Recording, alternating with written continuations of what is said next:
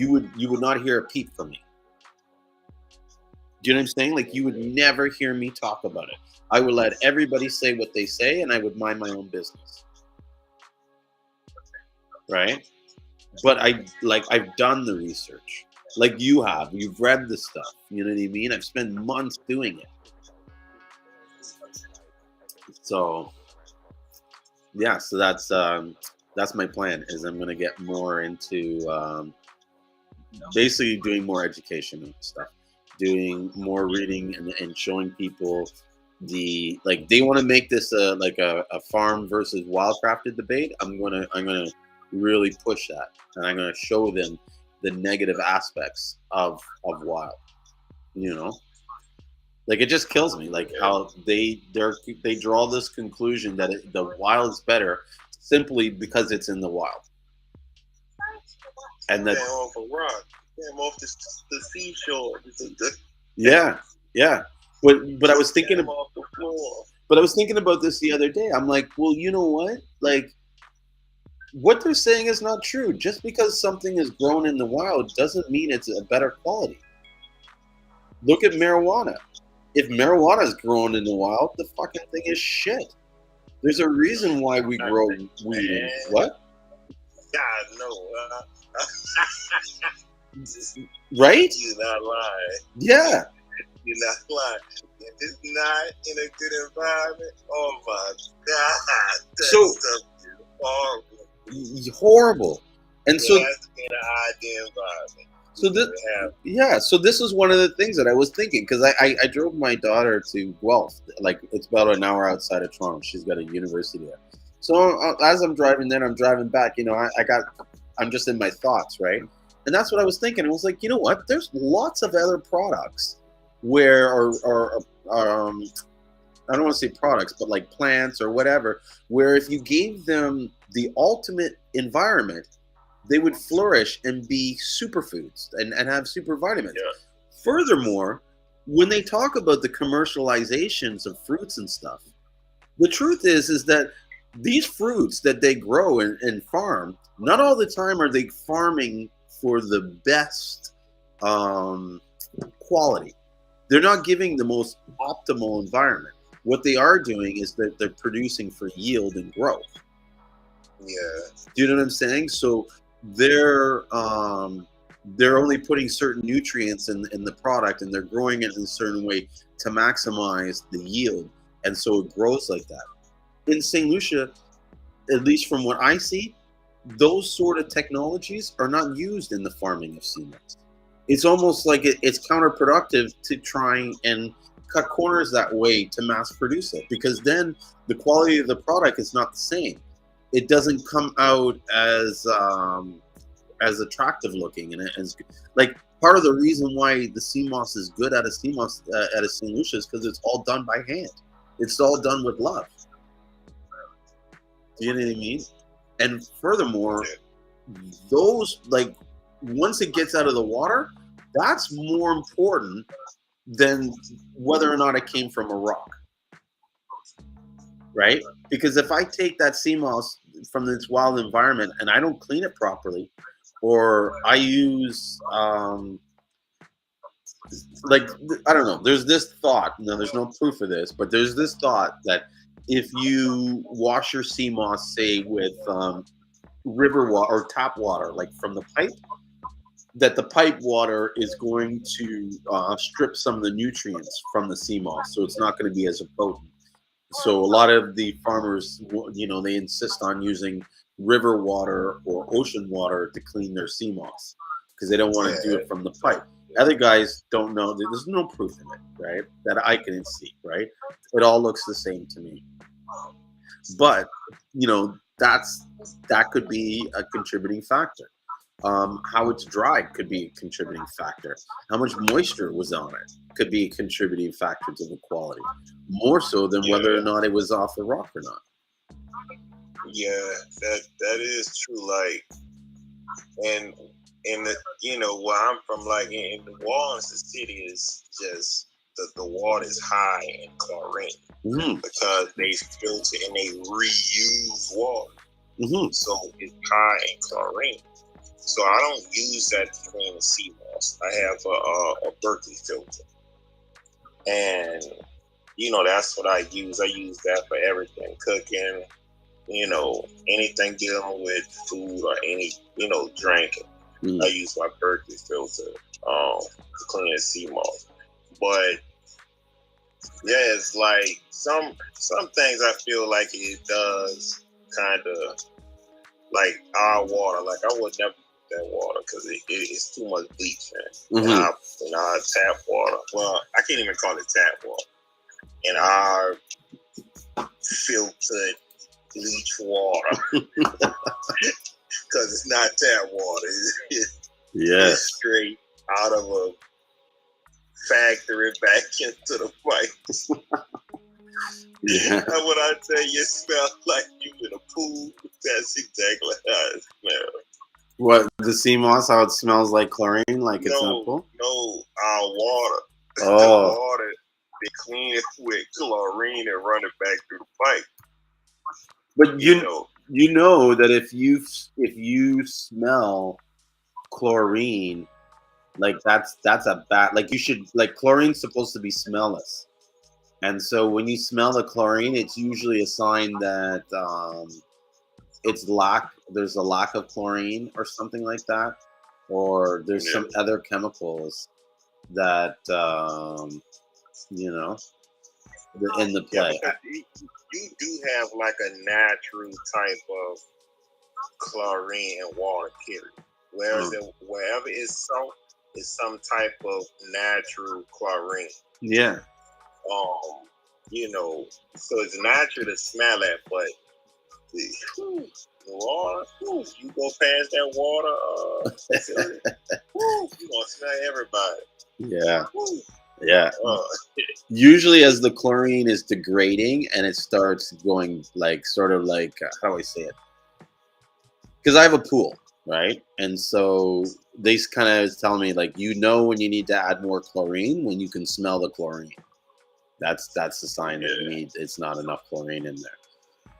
What's up, Bull City? What's going on? And the street foods here. He says he has some. Listen, don't worry about soaking the sea moss in tap water. I soak my sea moss in tap water. What I'm talking about is actually in the process of cleaning it when you take it out of the water, right from the ocean.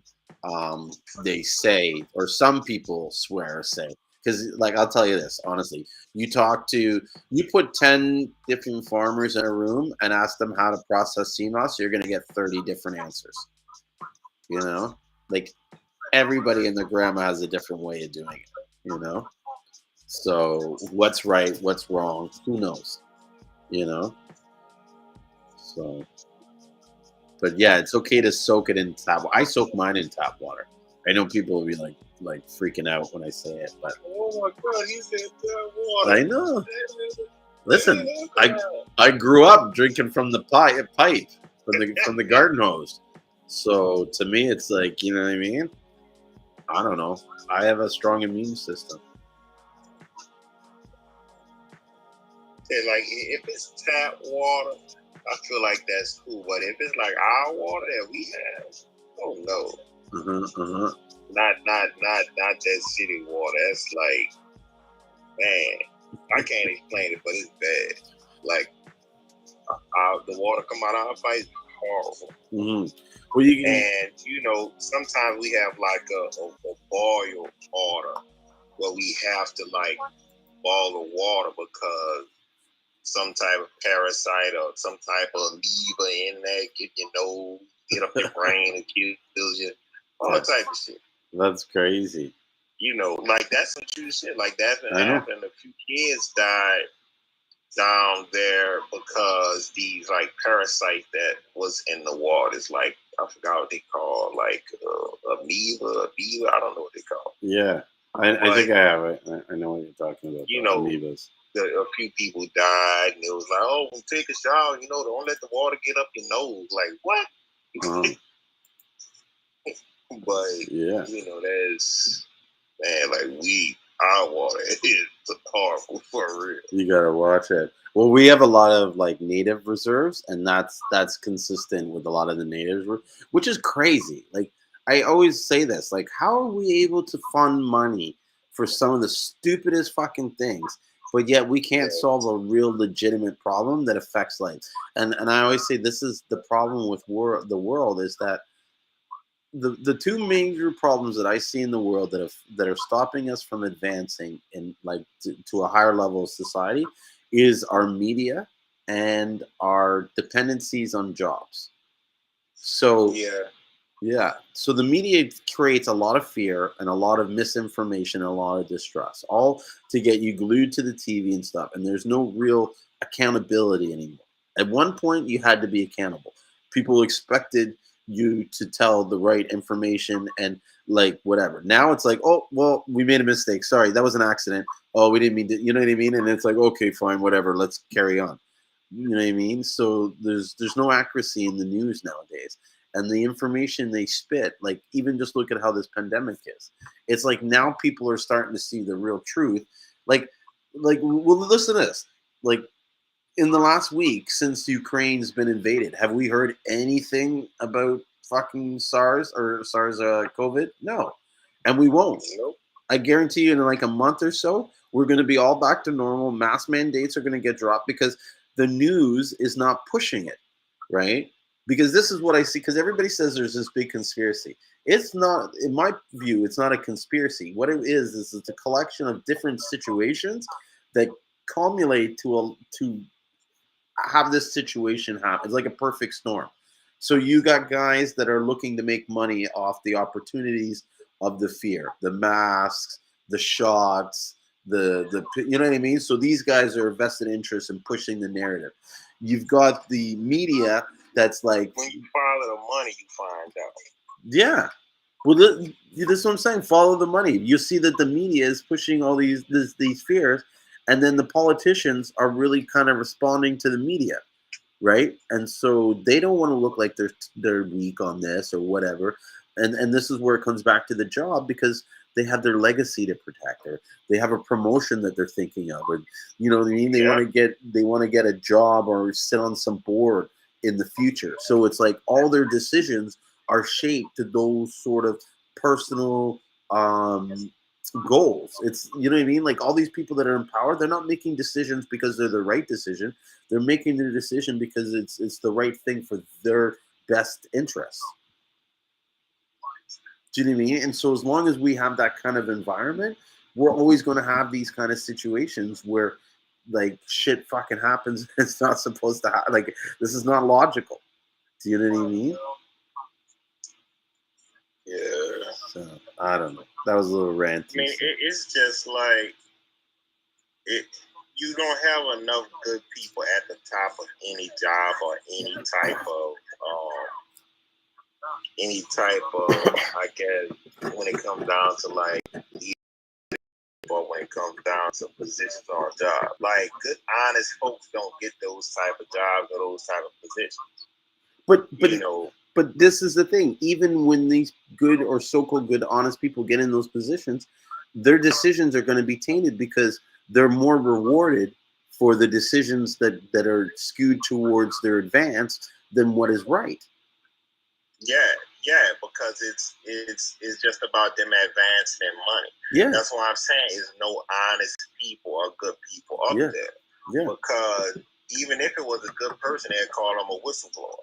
yeah, And then when people hear whistleblower, they're like, "Oh, he a rat, he a rat." No, dumbass, he's telling because he's trying to help y'all. yeah. He's thinking of the So bigger y'all going picture. against the person that's really for y'all. Anytime they hear whistleblower, people like to say, "Oh, that person," but they don't understand that whistleblower is the guy that's looking out for the people. And think about this: who paints who as the whistleblower? The media. Do you know what I'm saying? Like this is where another thing that I'm saying. The media kind of controls and brainwashes us into thinking what we want to think. Like they kind of detect what they think society is supposed to be. You know what I mean? And so many times I've listened to people. Well, they say that. Who the hell is they? I always say to them, I wish I could find the room where they are, so I could have a few words with them. They the media. Say this, say that. Well, you can't do that. They're not going to like it. What? Okay. I don't know where we deviated from Seamoss into that, but I think I was talking about the. But I want to get back to this story I was saying with this person. So to finish it, I don't know if you remember what I was saying. That so I kind of said to them, okay, you want to go on this, wildcrafted versus farm debate. You know what I mean? Like you want to make it like you don't want to go there, but you're acting like you want to go there. So let's go there. And my last line to them was like, "Oh, so you want to go there, eh? Okay, let's play." And after that, they blocked me, right? Which is fine, right? I don't give a shit. Like I don't care who blocks me. But Kick them out the group. well, this is my question: do I kick them out of the group? Because Yep. to me, it was like I'm not fighting you. I'm not debating. It's almost like you want to start pointing out to people that Wildcraft is better, and you want to make this about like you're saying that you're not doing this, but yet you're posing the question, asking people what their choice is. Do you know what I'm saying?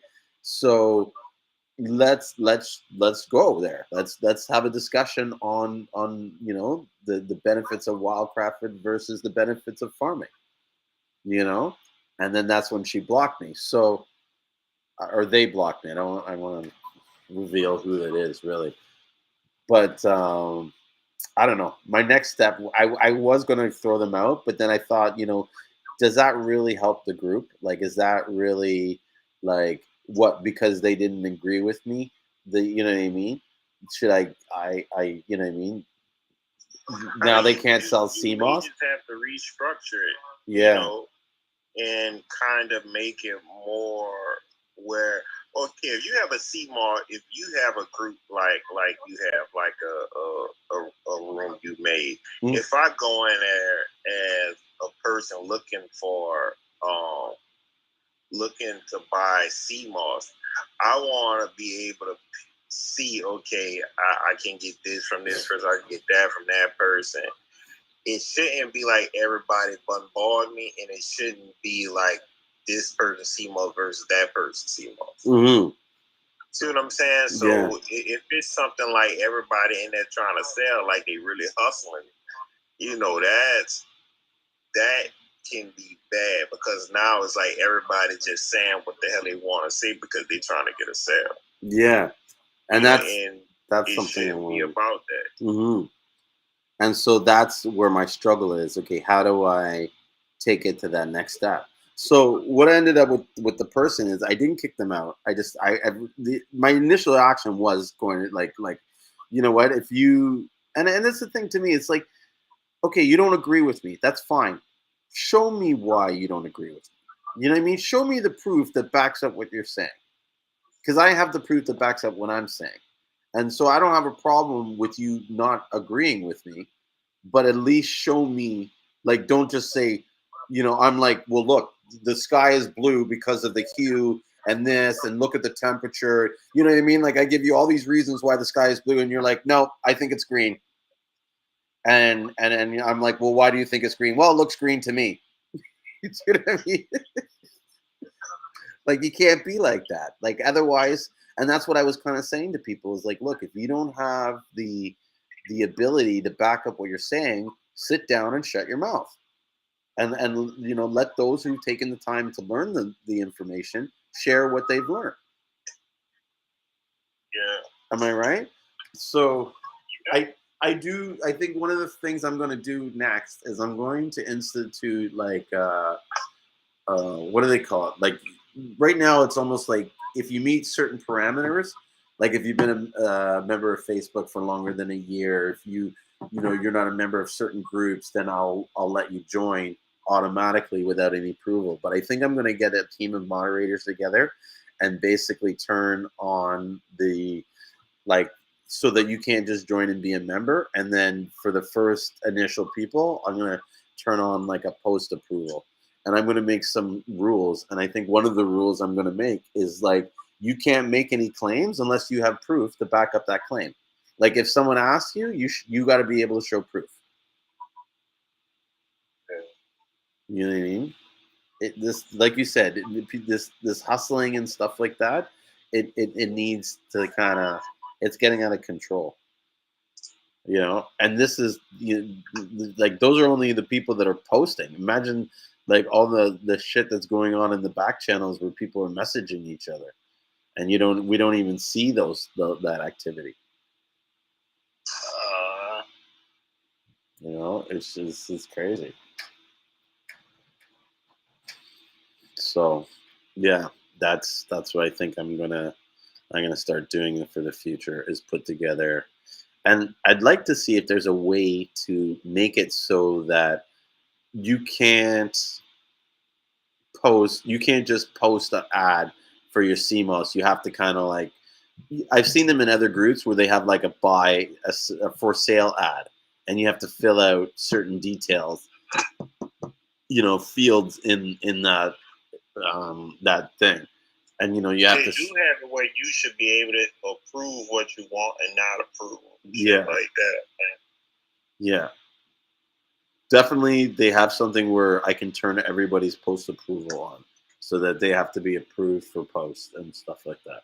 And I can even set it like after a certain time, you don't have to have your, because I feel like once you've established yourself as someone who knows and understands the rules, you shouldn't have to be monitored. You know what I mean? If I know how to post a post, I shouldn't have to like wait for everybody to kind of check my post when I know what I'm. You know what I'm saying? Yeah. Sometimes in the beginning, you got to hold some people's hands till they get their balance, and then you should be able to let them go. I don't know. That's my view. So, but I think I'm gonna like put together like I guess like a team or a board or something. I don't know, and then like we'll just discuss ideas on how to make the group better and take it to that next level. And like you said, like put a little bit more controls and some rules in it, and make it so that people. The main thing I want to stop is people like throwing shade on other people's CMOS. You know what I mean? Like, my CMOS is better than so and so because my CMOS has this or has that. It's like, there's this not needed, right? Like, in fact, if you market yourself right, you shouldn't even have to ask people to buy your CMOS.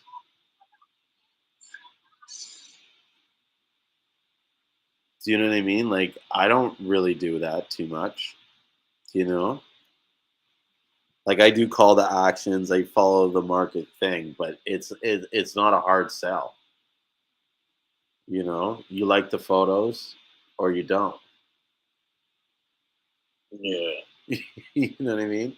But I think what happens, a lot of these guys, because they're working with a small environment, right? Like they're not expanding their borders, then the market seems smaller than what it actually is. For example, if you stick to CMOS Buyers Club and only sell in that club and only promote in that group, then you're gonna feel like, you know what I mean, that how do you say it? Like after a while, you're gonna feel like you're losing business, or like business is not gonna get steady. It's gonna die off.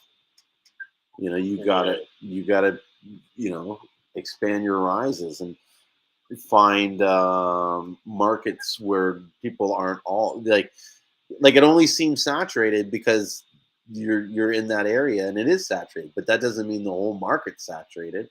It's just that one particular sort of niche is saturated. So yeah, and so you need to focus on on finding new markets as opposed to trying to compare one CMOS to another. Do you know what I mean? If you got good quality CMOS, it should sell itself. Yeah. Yeah, that's it. Facts. You got good quality, you show it. That's it. And if someone doesn't want it or doesn't think quality, then you just keep showing it to more people. You know what I mean? So, and that's another thing that I think I'm going to start doing is I've talked about it recently too. Like you see, I'm doing they show like every Sunday and Wednesday. Well, Yeah. one, I'm going to cut down the time, so I'm not going to be on as long, and I'm going to take one of the days and turn it into more of a membership based event. And so I'm thinking about using what is it called, Patreon, or one of those Yeah, services. Patreon is cool. Hmm. And they have a fan base about to come up. You know, I want to promote fan base because I own some stock in it. But yeah. Fan base? There's a thing called fan base. I never heard of that. Yeah, it's called fan base. It's kind of like Instagram Or OnlyFans. No, not OnlyFans. I just kidding. But yeah, so I want to have some kind of club or group for those that are like really serious about advancing their knowledge and about CMOS and the CMOS business. Mostly, I'm going to discuss a lot about marketing and promoting and scaling techniques, like just strategies on how to scale, and also really showing everybody kind of like what we're doing. You know what I mean? Like I'll even go into my Shopify and show everybody my sales and stuff like that. But see, I don't want to do that to just the world. You know what I mean? And I want to create more of a small select group, almost like a group that I would interview and make sure, because I want to make sure that they have the right mindset, the right attitude, and that they're also even teachable. Because one thing I've learned in life is that there's some people that are they're just not in the they want to learn something, but they're not in a position to be taught. Do you know what I mean? Yeah. Yeah, and so trying to get them to get on board and follow what you teach them, it's like they'll never listen. They'll always think that they're right, and they'll take what you do and change it to make it fit them. And then when they do that, it doesn't work, and then they turn around and they blame you, like, "Oh, well, this didn't work. You're a fraud." And it's like, no, I'm not a fraud. You didn't follow exactly what I said. You took what I said and made it your own. That's why it didn't work. Do you know what I mean? So Yeah. I want to make sure that the people in the group are the mindset, and they when they get this and they start advancing their business, that they're going to have the right mindset, the right energy, the right attitude that helps this business. Like I won't like if I had two choices of who I'm going to help, I want to help someone who's open to helping others, as opposed to someone who will just help themselves, take the information and use it to build their own empire, and not look about how they can spread. You know what I mean? Like pay it forward in a sense. So yeah, I want to do that, and I'm going to charge a fee for it, for my time, but then I'm going to donate the fee to I want to set up like a charitable foundation to help basically fund initiatives in St. Lucia to do stuff. And so a lot of the um, how do you say, like, so if I did an event and I taught people something and they paid me, I want to take that money and put it into that fund so that I can use it to buy like food for the kids at school, or there's several orphanages there that could use like help with certain supplies and stuff like that. There's nursing homes that could use with adult diapers and stuff like that. Like we could take that money. You know how much diapers I could probably buy with like maybe $1,000 every month if I, you know what I mean, was training people. It's a lot of that's a lot of shit, bro. It'll help a lot of people.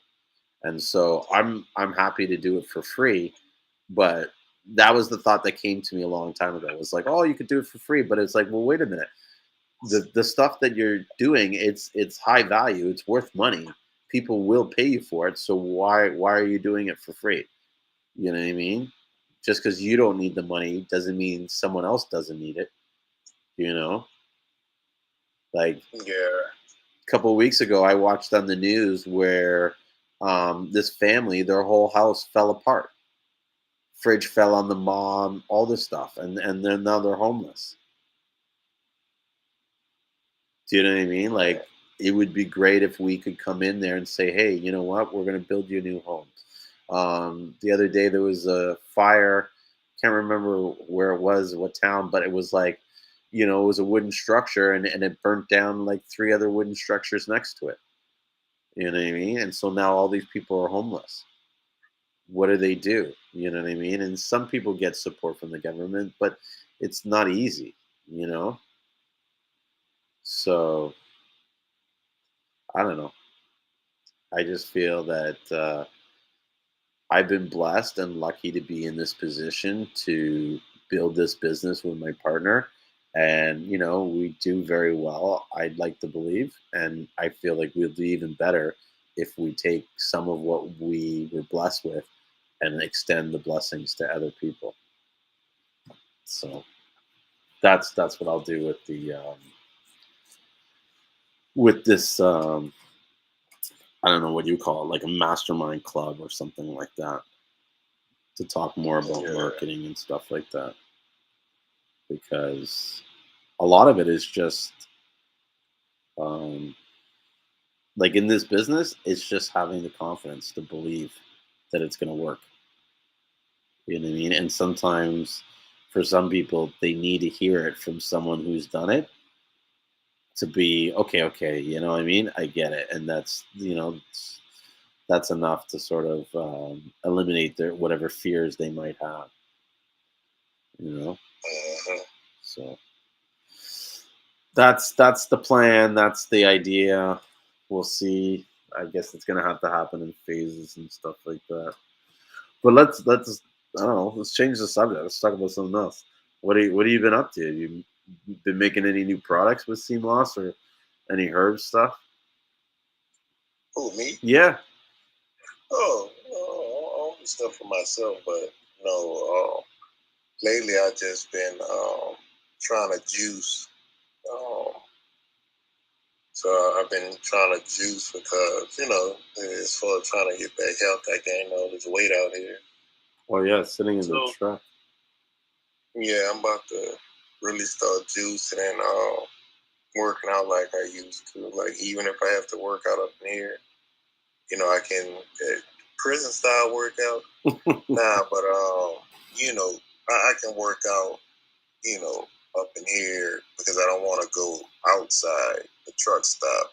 If you ever been there, you'll understand. Mm-hmm. But that's the only thing I'm up to. Just been kind of trying to work out.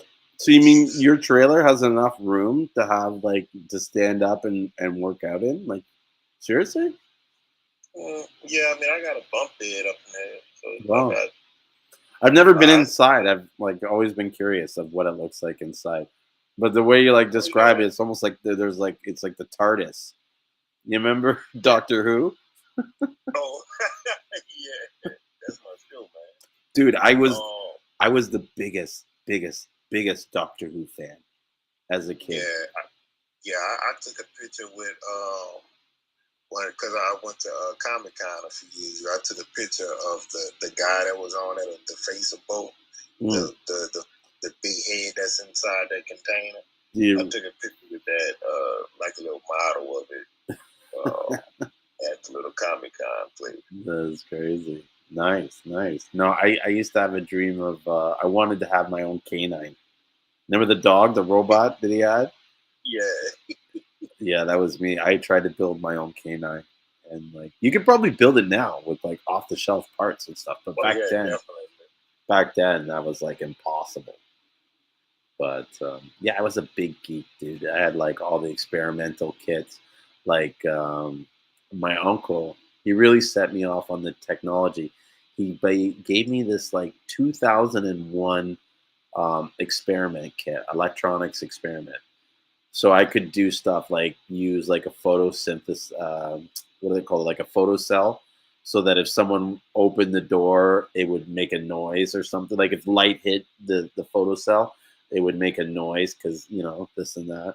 So I made all these alarms and trip things. I had this thing so that if the because what we used to do is we used to run the tub all the time, and the tub would overflow because we'd forget that we were running the bath. And so I developed a device that would warn me if the tub got too high. It would set off this like alarm, and it was basically like two wires attached to the tub. And so when the water came up high enough, it would connect to the two wires and close the circuit. And Yeah. I'm such a geek.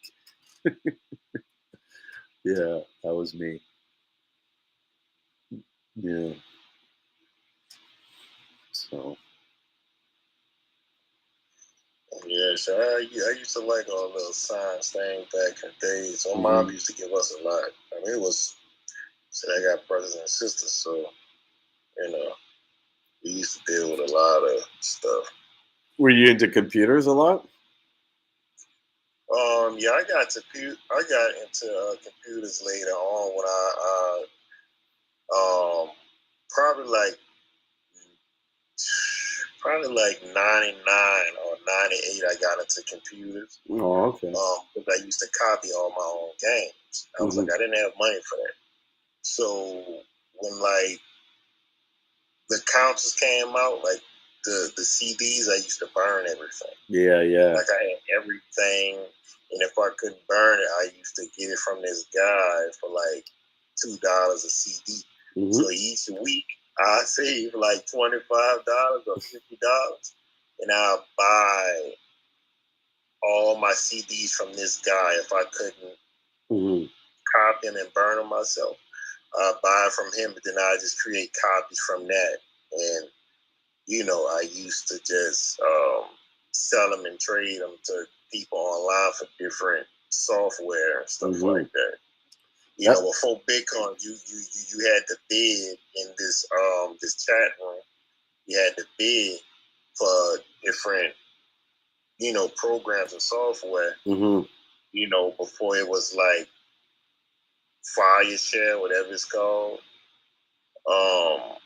You know, you basically had to be in a chat room and bid, put up what you had, and you ask people for stuff, and you would trade games, and you would trade different software. So, like, I used to do a lot of that. Just trying to get free stuff online. That's basically all I was doing. You know. No, I remember those days. I remember around that time, I used to run an online server, which was basically like a hard drive on my computer, where you could come up and download pirated software. So I would go all around the world. I would use BitTorrent, and I would use like LimeWire and a few other software programs to download all these softwares, and then I would put them in a server, or I would go to these other chat rooms that would allow me. I forget what server the software was called. What was it called? The chat room back. It was RICM or something. So the main technology was called IRC, which says Internet Relay Chat. Yeah. Yeah. Listen, dude, they still have IRC, and that's what's crazy. Like, it's like people don't realize like the world that like is hidden in certain areas. Like IRC, like all kinds of shit happens in there. You know what I mean? Because they're hard to like regulate. They're hard to sort of, you know what I mean? Anybody can come up and just create a handle. That was a chat from the beginning. If you were into like software and powering, like that was great to be. Yeah, I used to be able to get credit card numbers, all kinds of crazy shit. Like, let's not talk about that. Yeah. Well, you know, honestly, it wasn't like I was doing it. How do you say it? Like, okay, let me get credit card. You know, it was one of those things where it was like, as a kid, you're exploring, you're looking here, you're looking there. You know what I mean? I'm one of those kind of guys. I look everywhere. In fact, when I go to a store, I have like a little bit of an OCD where it's kind of like I have to go up and down every aisle and look at the store. If I leave the store without looking at every bit of the store, I have this like unsettling feeling like I missed something. And so even when I go with someone else, I'll tell them, okay, hang on, I'll be right back. And I'll quickly run up and down the aisles, kind of like just to look and see if there's any sales or deals or whatever. You know what I mean? It's just like weird like that. Yeah. Yeah. And so I forget where I was going with that, but whatever. I think it was Well, just yeah, sorry, good. that used to be the chat room, though, man. Yeah. Man, like, let me tell you something. Like, people don't understand how easy like that stuff used to be. You know how many people became like me from what I see? I think a lot of people became rich, especially over them credit cards. Mm-hmm. Man, you can get so many of those things off of there, man. Yeah. But one of my people was doing that, and they'd get them like straight to the mailbox. Mm-hmm. Mm-hmm. Yeah. Cards made, all kinds of stuff. But I don't know. I was not into that stuff. For me, it wasn't, but internet's crazy. There's so much. Yeah, I used to be into, all of that. Like, if it was free, Uh-huh. I'm getting it. Like, if it was online, I was like, I'm getting it. Information, whatever it was. Yeah. And a lot of times you would get the best information when you take your time and search for it. Yeah. You know what I mean? That's where I was kind of saying is like I would look when I say I go every down. It's like I have to spend hours researching stuff, reading stuff, looking for the information. You know what I mean? Like I haven't done it in a while, but like how do I put it? It wouldn't be difficult for me to get up at 7 in the morning and study CMOS like nonstop till like 10 in the morning, 10 at night. Maybe take a break for washroom stuff, but just sit at my desk and read and look up like especially once you go down that rabbit hole, and you're looking for like, this research or information. What's up, Alicia? Holla.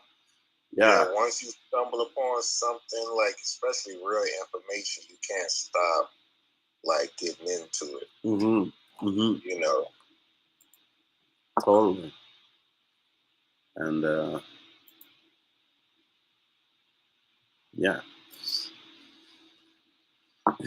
That's it, down the rabbit hole, and I think I'm about to go down on it again. And this time, it's going to be about. I'm going to start understanding and studying water quality, and how it relates to the marine environment. And I'm going to start researching on what areas have the best water quality, and what areas don't, and why they don't, and what to look for in an area. You know what I mean? And really start finding out like in the situation, say like Jamaica, like where are Jamaicans typically harvesting the sea moss? What is in that area? You know what I mean? That's near there. Um, and other stuff, even just understanding rocks and what's in rocks. You know what I mean? So Bull City asked me here. It says, "What are some good sources in your experience for CMOS facts? I'm interested in marine biology research." Well, that is a good question, and I believe I have um, like a bookmark folder. I'm just looking to see if it's here. Yeah, CMOS notes. So I'm gonna pull this up. Let's see if I can. I'm basically going to pull up all my. I have like a folder of all, like anytime I find a site or some information, I'll bookmark it so that I know where it is for next time. I've sent you those series of links, right, Yusuf? So I'm just saying about how I keep the database of all the bookmarks of all the sites relating to my CMOS research. And so I was asking you, like, do you remember if I shared that list with you? Oh no. Well, if you ever email it to me, I'll send you a list. But one of the best sites. Sorry? Mm. A good site that I found on Cure. No. So there's a website, Detox and Cure. They sell Seamoss, but like out of all the, how do you say it, like the places that I've seen where they talk about like Seamoss and stuff, it was like these guys they were just the most balanced and unbiased information. He showed all sides of of the CMOS game, and this was the only guy that I've seen where he like literally traveled all around the world and did research on various different CMOSs and different products. So a lot of the information that I know, this this dude, I think his name is Matthew. Okay. Yeah, so Matthew, and it's detoxandcure.com website, and he has a lot of articles on CMOS areas, where different regions where you can find different species of CMOS and stuff, and so. Yeah. Like one they have here is the Ultimate CMOS Guide, which I think is a good read for anybody to read. Okay, I see what's up in here. I haven't even used yet. Yes, some CMOS there that you haven't even used. Yeah, in the truck. I be eating it raw. I clean it off and just eat it raw. Oh, nice. Would that even hydrating it, eh? Yeah, like I wash it over with water. Mm.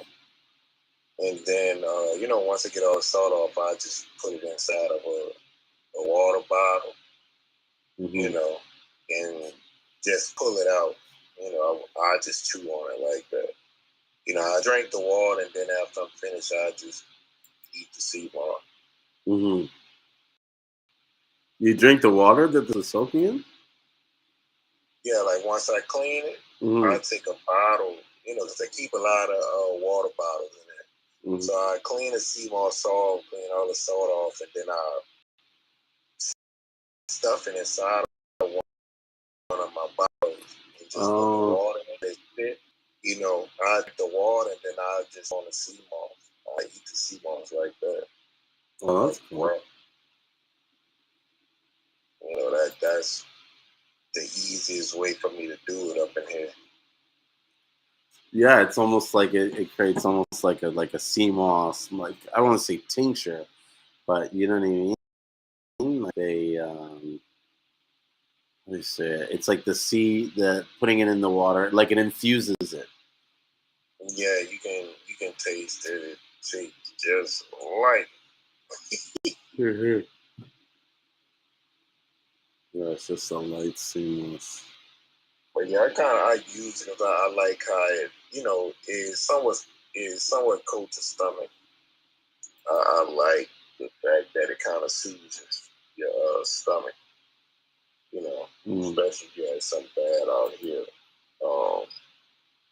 I eat a lot of hot food out here. I'm not gonna lie. Eat a lot of Indian food. Sometimes it's hot. Mm-hmm. Got the spicy. I like spicy food too. And then, sorry, I'm just looking at some of these links because one of the guys was asking me like, what's a good site for doing the research. Here's the one, lgbase.org. I think that's one. One called Marine Life, I think. It might be a company based in Florida somewhere. Uh-huh. And they have pictures, and they have it's a whole library of marine life, anything, any seaweed, all of that type of it's all in that data. Mm-hmm. So that's something easy to look at. I gotta see if that's the right site I'm talking about. I think it's called Marine Life or I think so. I'm gonna find it. I'll go through some of these links. I'm pretty sure I have that link in here. Another one I have is seaweed.ie that goes into a lot of seaweed stuff and descriptions.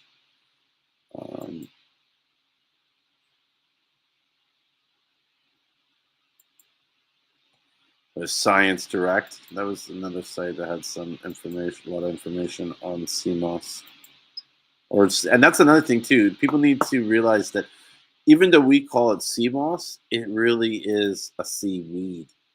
And so if you start looking for seaweeds, like research on seaweeds, then you'll see more information. Hey, what's up, bro? Good to see you. Thanks for coming by. Let me know if you want to join it. That's seaweed. That's seaweed.ie. I know that website. That's one of the first websites I started checking out. Yeah, seaweed.ie has a lot of information on it. Sure do. With pictures and stuff like that, which is wicked. And that's another good site. Something's wrong with this. This website make you.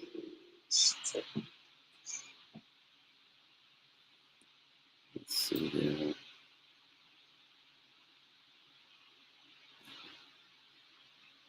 Another one is the Point Reyes National Seashore Association.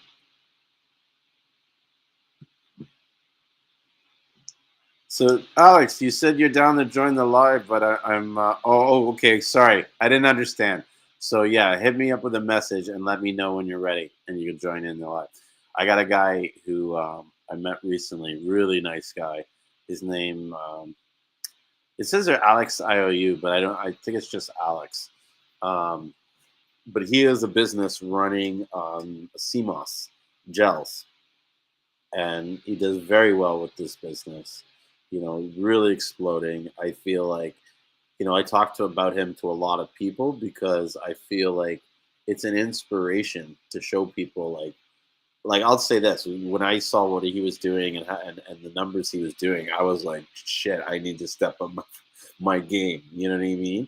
And really kind of put to it because, he's doing like $500,000 in sales a month.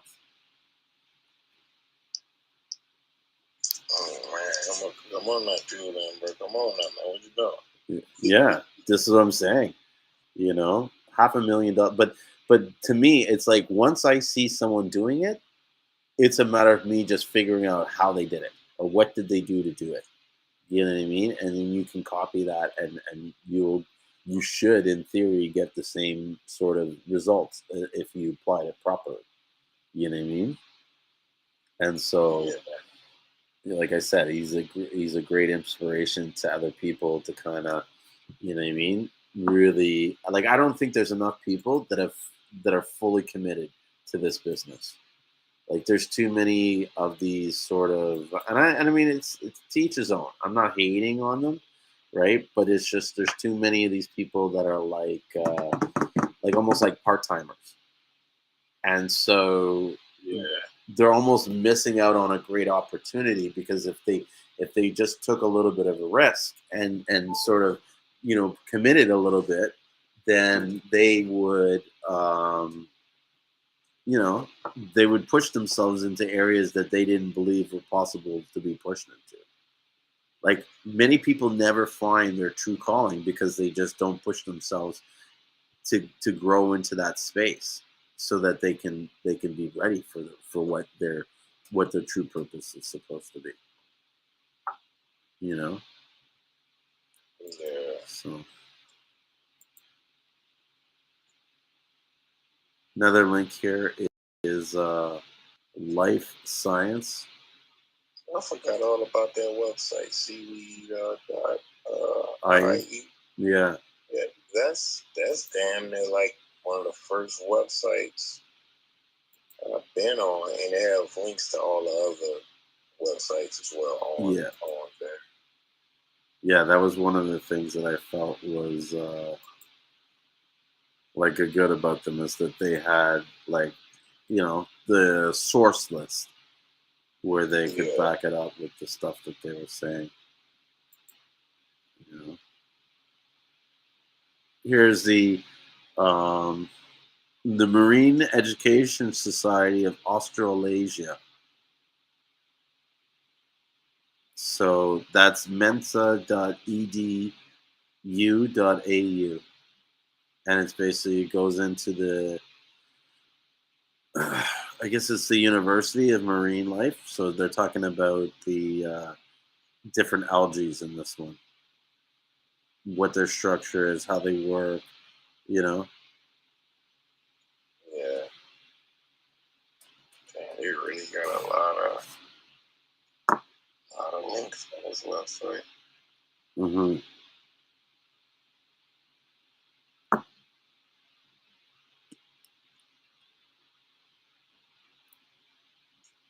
Here's another one of this one: reef.crc.org.au.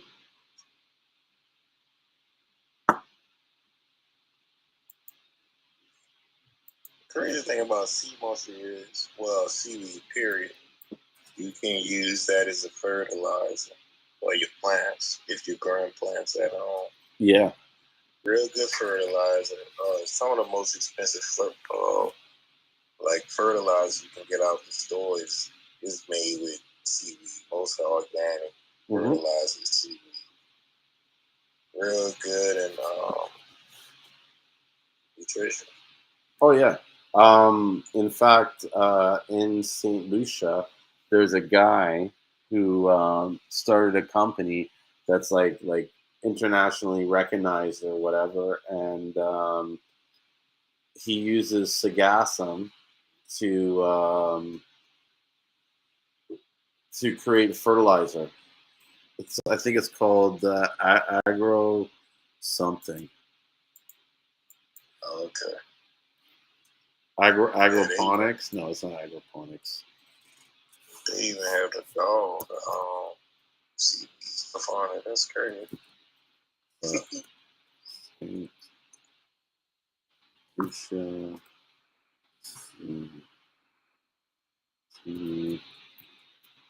Fertilizer. What it is.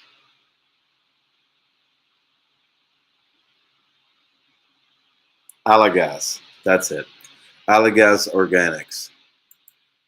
So this is a company that came up with their own technology to develop fertilizers using sagassum seaweed that they literally pick up off the island.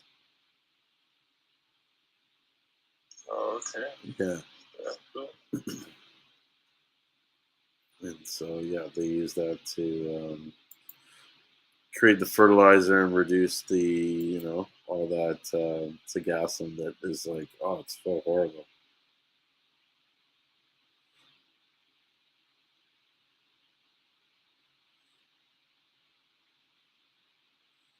Just looking at this one site, World Atlas has a couple articles on the economic importance of algae.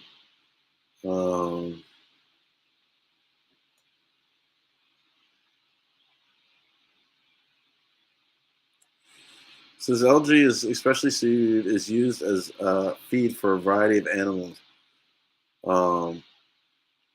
For example, Rhodomedia flammate, or so-called sheathweed, is used in order to feed livestock such as cattle and chicken. Algae is used as fodder in various countries such as the European standard, Sweden, blah blah blah. Oh, cool. So they're using a lot of this seaweeds now in animal feeds. Here's one: the University of Maine. I think that's a good source for And they have organic hazelnut with iris, moss, and coconut sugar. I don't know how that tastes. Where are you seeing that recipe? On this website called seaweed products. IE. Mm-hmm. They have um, body lotion, the seaweed body lotion.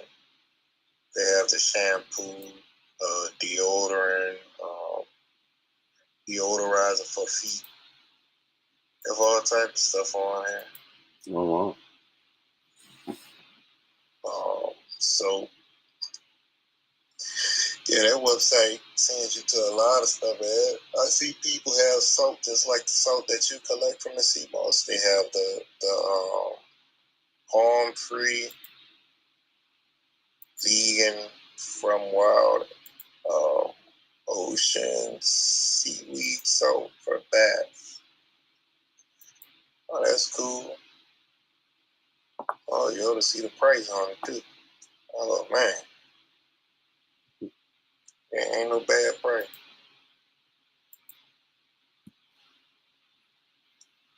Yeah. I mean, I guess it is high, but it ain't bad. But I don't think they ship everywhere though. Cool product though. Yeah. Yeah, that website has a lot of stuff on it.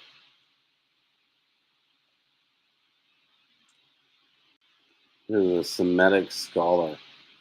It's one article they talk about the nutrient composition of dried seaweed Garcilaria.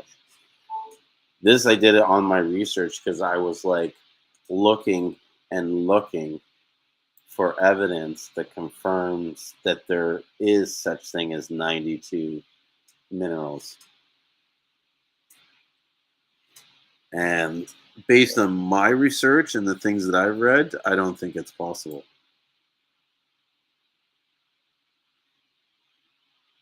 Yeah. Like I don't believe that there is 92. It's more like 64 or something like that. I mean, your body needs less than that. So your body, you need the essential. Essential is the ones your body don't make. The rest is non-essential. Mm-hmm. So if you eat right, your body's gonna create that from the stuff that you take. Mm-hmm. But it's. I mean, you have a company with which I soak my sea moss and mineral water as well, but not like mineral water bought from the store. I make my own. So you have a good company, which one of the best companies that deal with minerals, because how they get their minerals, and that's the only company that really get the minerals like they get it. Their minerals is from seawater. It's from concentrated seawater, and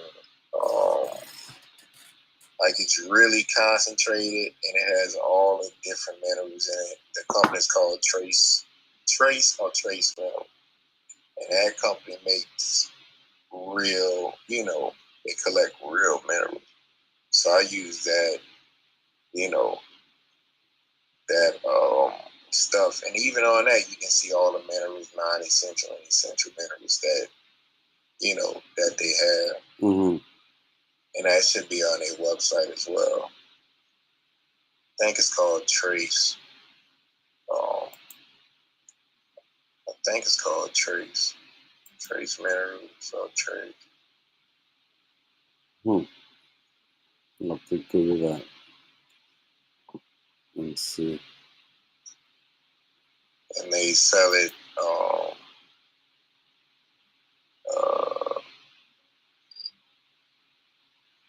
That's Trace. That's TRAC.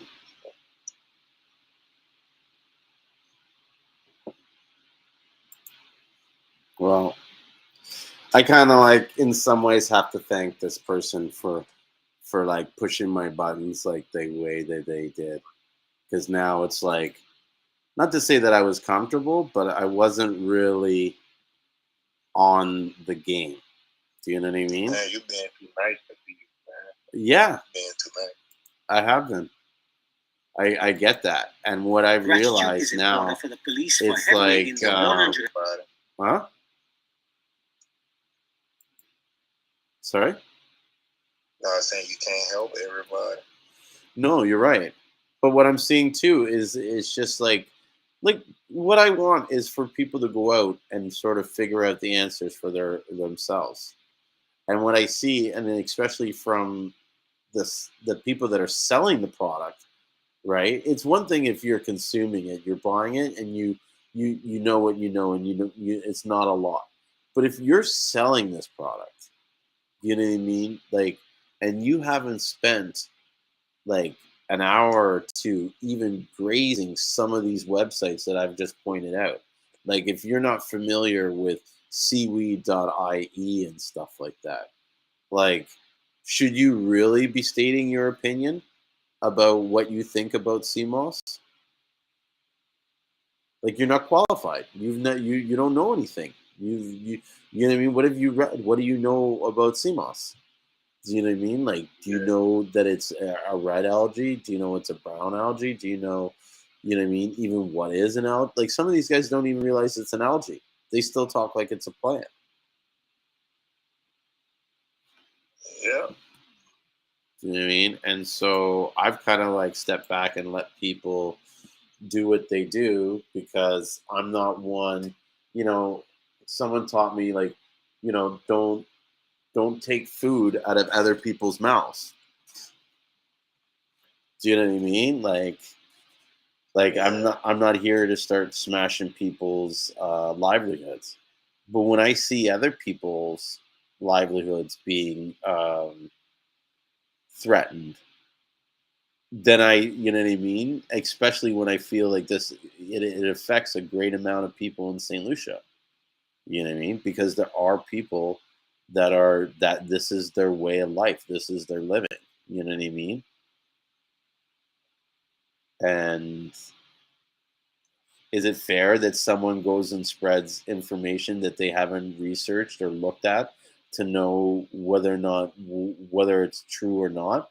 But yet they'll stand there and say, "Yeah, this is true," when people are looking to them to be the source of information. Like if you're supposed to be the source of information, you shouldn't be getting your information from a secondhand source. Yeah, because it's too much information, and it's a lot of places where you can get real information from and study. Mm-hmm. Um, and a lot of people I notice that deal with it, they don't like science because science go against everything that they believe in. Mm-hmm. So most people don't believe in science, and it's like, well, everything you do is based on science. Like you're on a phone, so you don't believe in science. You drive a car, you don't believe in science. But So but but even still, Yusuf, what is science? What is this stuff? Like, do you know what I mean? Like, science is basically the observations and testing of things. yes, Do you know what I mean? Like, you come up with. is to get to the bottom line. Why is this? Yeah. Like, what is it? So it can break it down. And some science books break certain stuff down to a certain level. And then you have to go get another book that breaks it all the way down to a point where people really don't want to read that book. So, it's some people just, I guess, want to stay in a certain lane and don't want to know. I don't believe in science because science, even though I'm talking on a cell phone that's connected to a satellite, and Yeah. but they don't believe in science. What do you think about you're not one of those 5G conspiracy guys, are you? No, but I know what 5G does. I also know what 4G does. Mm-hmm. And yeah, it has an effect on plant life, and it does because I can see that. You actually can do that yourself. You notice a lot of 5G, which they don't have 5G towers up like people think they have them right now. It's like, oh, they got them everywhere. No, they don't. But, they're in places like California, places like, certain places, in city areas. They're not everywhere. They're mostly just in the city. But You know where they're hiding most of those. At least I see them in Toronto, and most people have no idea like how much they are or where they are. So They right there looking like trees. I can tell you that in no, California. dude, these things are small. Like, and that's the thing people need to know about 5G is that Because the small bursts yes, of radio waves. yeah, they're small, tiny antennas, and so they put them at least in Toronto. They put them on top of the street lights. Yeah, they're on the street lights. Yeah, so if you look on top of the streetlights, and if you see a little like puck thing, that's what it is. It's similar to like how the cops had the antennas on their cars. You know, they have those little puck things. Those are like satellite transceivers for Yeah. transferring data on a secure network. Yeah, So it's a short range burst that connect to multiple things. It's like a tethering yeah, system. same technology. But I mean, I'm not a conspiracy theorist, but I don't know what people think about it. But they can use that like sonar. So that's something when I hear people say, I was like, if they know, yeah, they can do that. But they can do that with any type of tower if they want to. They can actually do that with your phone. So that's nothing like new, you know. But all that other stuff, no, I don't believe in all that other stuff because it don't make sense. Well, I've told people like if you look at the how radio frequencies work and radio frequency radiation or whatever, it's like 5Gs, even microwaves. They operate in an area. It's almost like if you're worried about those, you should be worried about going into the sun because you get more radiation from the sun standing in the sunlight than you do like with any of these devices. I mean, that's kind of different though. That's still kind of like different. You know, especially like microwaves. Microwaves, you're microwaving your food. So I don't really fool with microwave. But which I don't think anybody that's in like the cooking industry deal with microwaves because they kind of like, nah, I'm not dealing with that shit. So well, do you understand? Do you understand how microwaves work? Yeah, like as far as how it heats the food up and how it's like, you know, it's hard to explain, but it's basically like it heats your food up by like friction somewhat. You can't see this friction, but it happens. So what it does is it hits with it hits the food at a frequency that's designed to speed up the molecules in moisture and water. And so what you're real and that's like I think one of the reasons why it's not good for cooking is because it won't cook evenly, it won't cook properly, you know what I mean? So it's only really good for heating up food, and even then if one area has got more moisture than the other, it's going to become hotter. But it basically heats up the your food by vibrating the food at a set frequency. It vibrates like it you know, it's like frictional, just it vibrates the food, but you know, I mean, I don't believe in eating radioactive shit anyway, so I mean, I don't fool with microwave. That's just me. But it don't make no sense to warm up food like that. I mean, that's just me. It's convenient, but microwave, nah. I don't. It's funny you say that because I don't use the microwave pretty much barely at all. I used to use it all the time, but now that I've gotten air fryer, bro, air fryer is the bomb. Perfect. Bomb. Perfect. Yeah. And people think that's radiation. No, it's not. What? Seriously? Air fryer. All it is heated up coils, and you can make that yourself. Heat up coils, negative and positive, in a fan. Yeah. That is a jailhouse design. That is penitentiary. And I'm telling you the truth. That is the same thing that they warm their food up in a penitentiary. That's the same damn thing an air fryer is. Somebody stole that idea and made billions. No, the air fryer has been around for a long time, dude. It's No, not that type of design. it's called a Like, convention oven. yeah, but not the small design. I'm talking about the small design Oh yeah, in a because small area that with a fan. that's like prison shit. I'm serious. Yeah, like with a hair dryer. Yeah, you get you a hair dryer or you get you I wasn't in prison. I ain't telling nobody I was in prison. But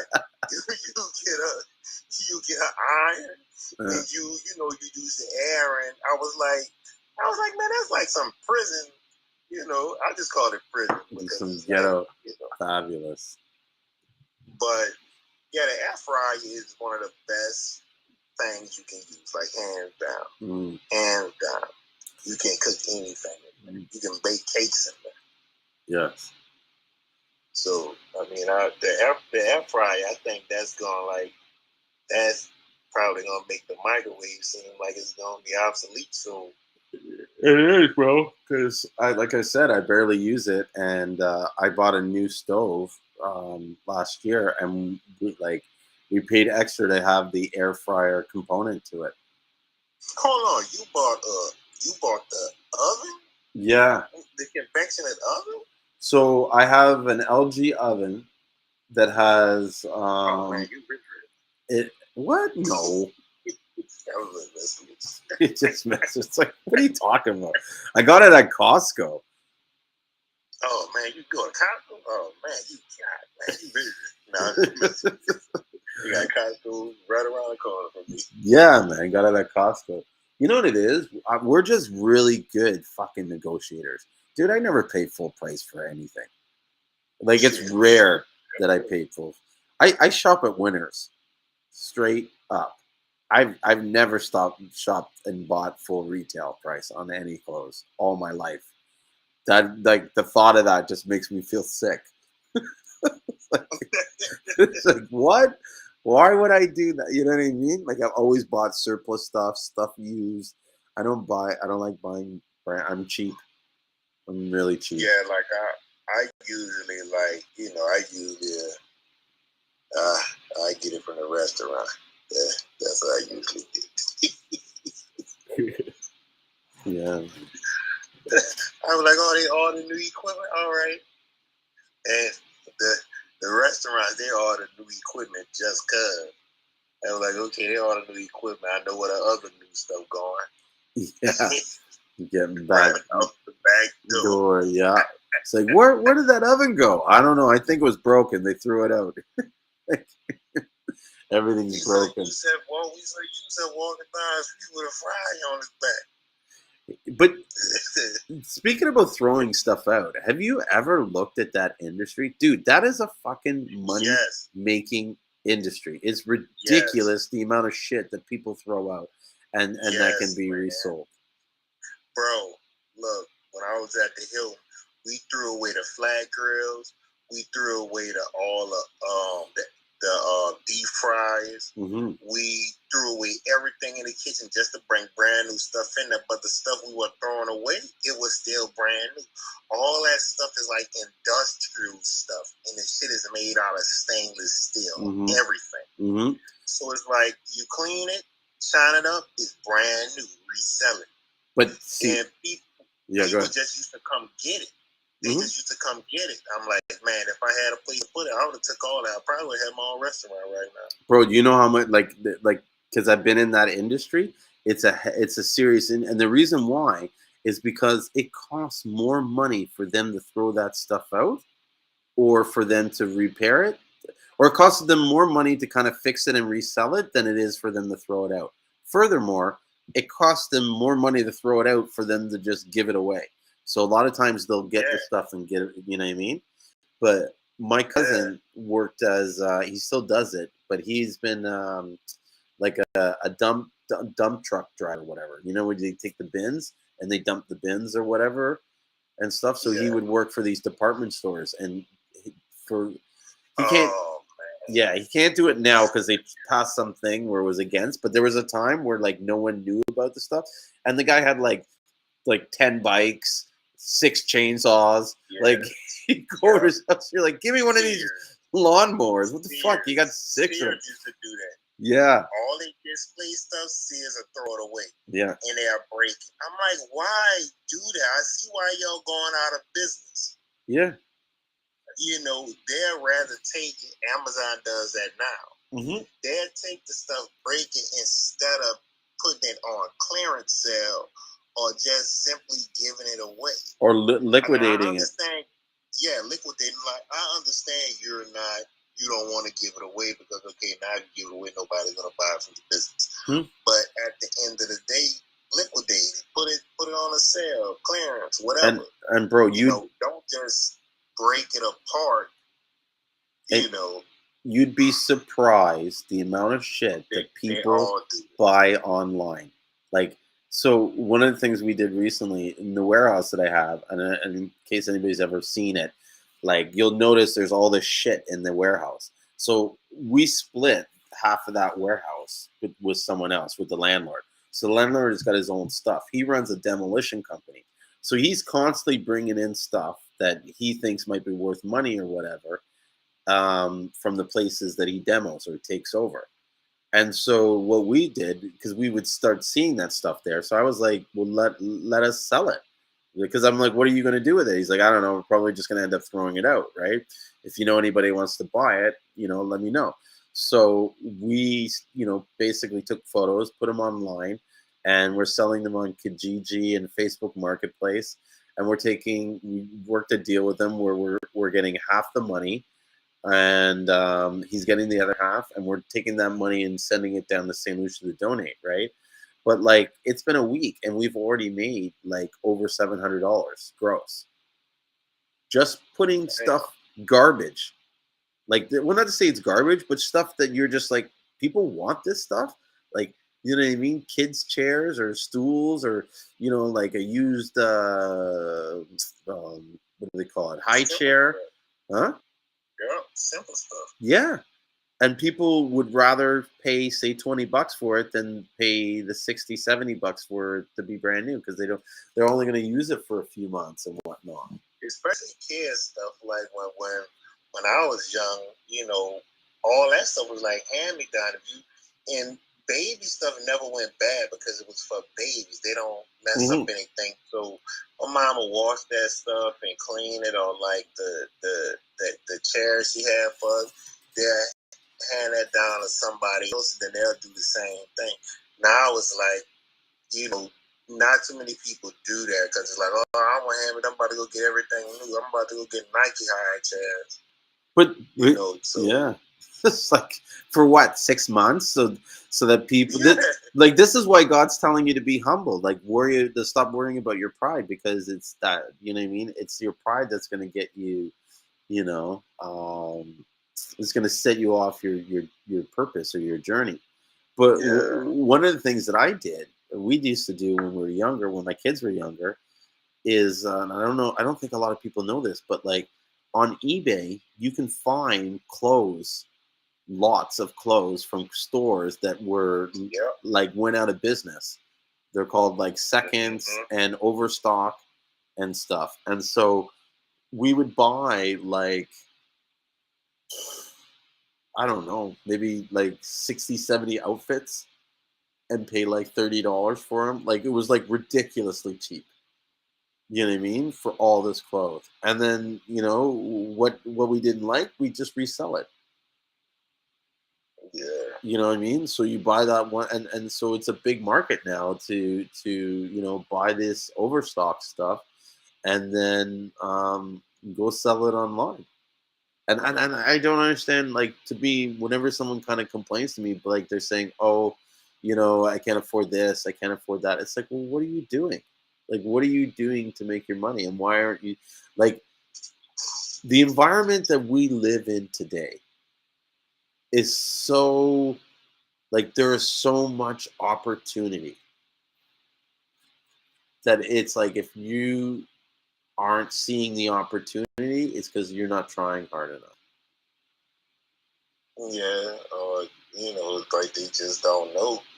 Because I see some people that have a lot of opportunity, just don't know, or they just don't believe think it. they can do it. I think it's more people scared.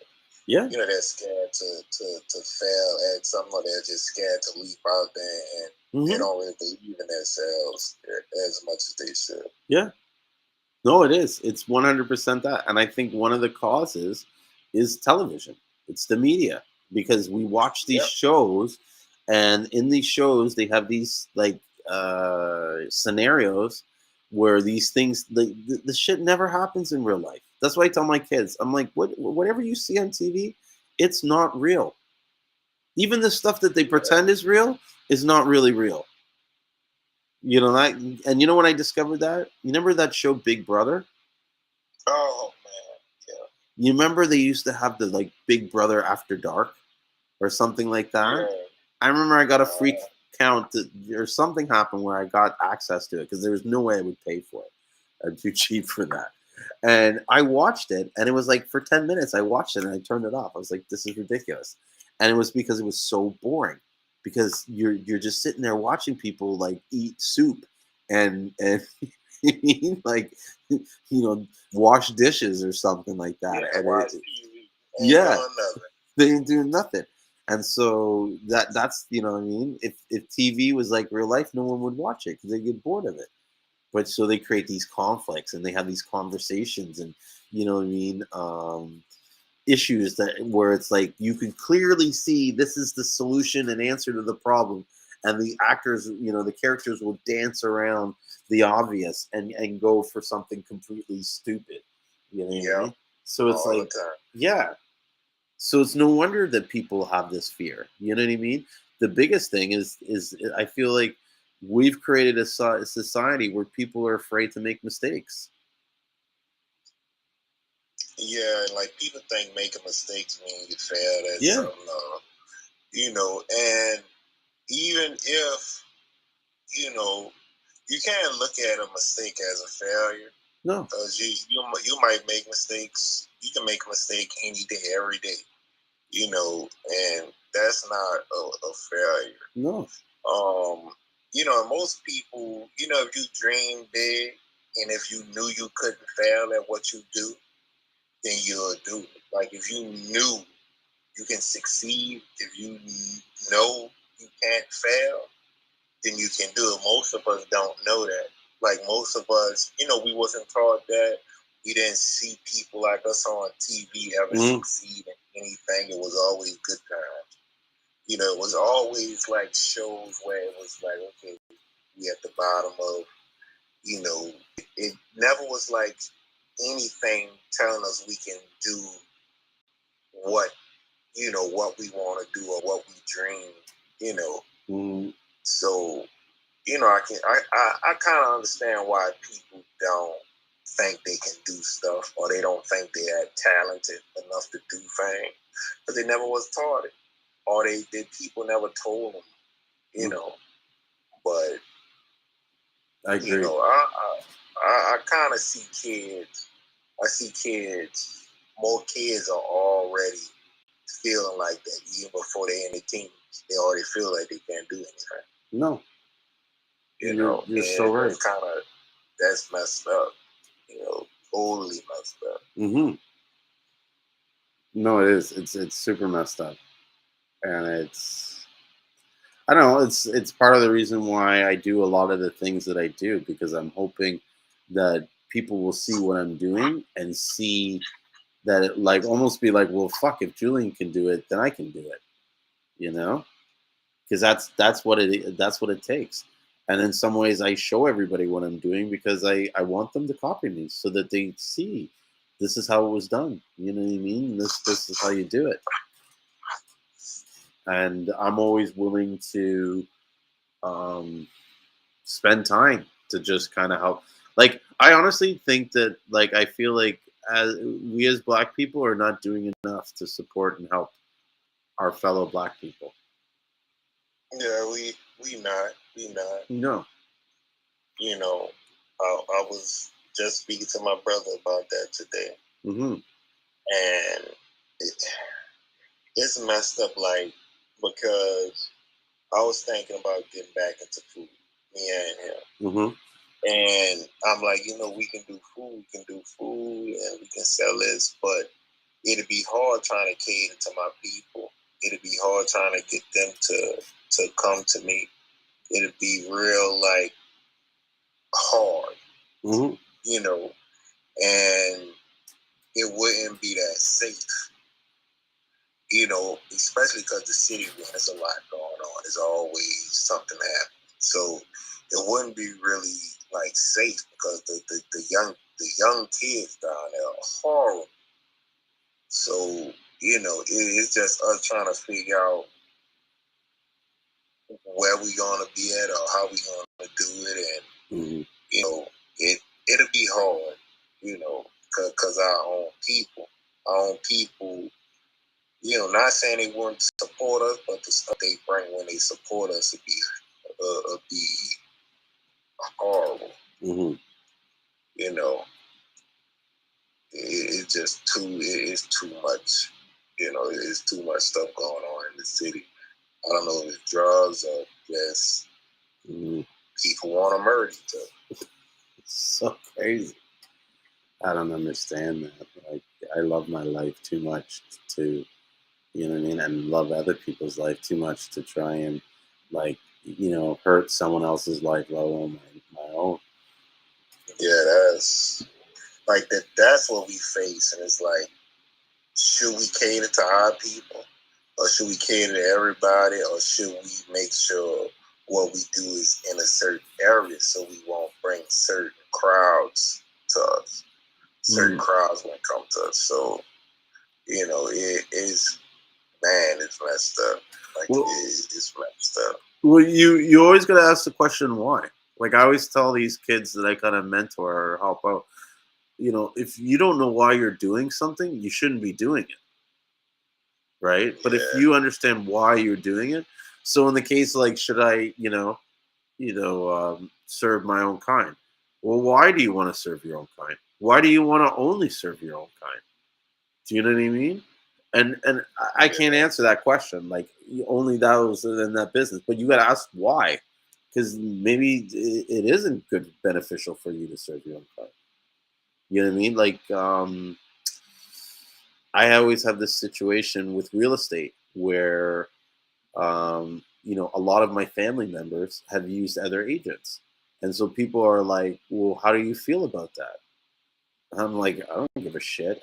They probably did me a favor. You know what I mean? Like, I might have hated working with those people. But I say, I didn't get into this business to sell my family homes. That's not why I'm in this. I'm here to sell houses. And if my family don't want to buy a house from me, what does that mean? That only means that they don't want to buy a house from me. Like, it doesn't mean that there's something wrong with me because they weren't obligated to use me. Do you know what I'm saying? Like, they have every choice to make. They might decide that they like working with white people. You know what I mean? Over me. So it doesn't have anything to do with my, like, that's their choice. Like, I guess what I'm trying to say is, like, you can't um control your life and your emotions based on other people's decisions. Yeah. Like, if you do that, then you're a slave. So don't, you know what I mean? Don't depend on these people. Go out and get the business. Go out and you know what I mean? Like, too many of these people are like, oh, my family doesn't support me. And, yeah, okay. So your family. So what does that mean? You give up now? You walk away from this? Like, Yeah. Like, you're only hurt because you expected your family to support you. But if you didn't expect your family to support you and they supported you, then you'd be happy. And if they didn't, you'd be doing the same thing. Yeah, and if they didn't support you, you'd still be happy. So you created the environment to make yourself unhappy. You know? Yeah. I mean, I guess like what I'm looking at, like as far as if I do some cut, I want to bring something to my people. I want to bring something to my community, but I know that that's hard, man. Like it's hard because I see what a lot of us do to each other, you know, and I know I get robbed before before anybody else get robbed. Mm-hmm. You know, and it is a shame because, you know, Mm. and the war is like, yeah, they rob me before they rob anybody else because they, you know, oh, I'm gonna use your target to And, my own people, and that's what I'm looking at. So I'm like, nah, I can't do that. Even if I want to serve everybody, I still have to make sure it's a certain price. I have to make sure it's in a certain area, and I just can't be in an area that I would like to try to serve my own people because they ain't got shit to begin with. So that, you know, that's kind of what you know, me and my brother kind of looking at it like, yeah, but we can't do that. Like, we have to go in a better area and do stuff because we're gonna end up being victim like everybody else. Yeah. You know, and it's sad, but that's just what it is. It is. Know, but they rob me before they go rob an Arab in his gas station. Yeah, and that makes no sense. But whose fault is that? Is that your fault or their fault? Yeah, that's their fault. Exactly. So don't worry about it. You know what I mean? Hey, what's so hey Alex, I got Alex. Is it Alex or is it more to Alex? Is it like it's Alexio? Alexio. Okay.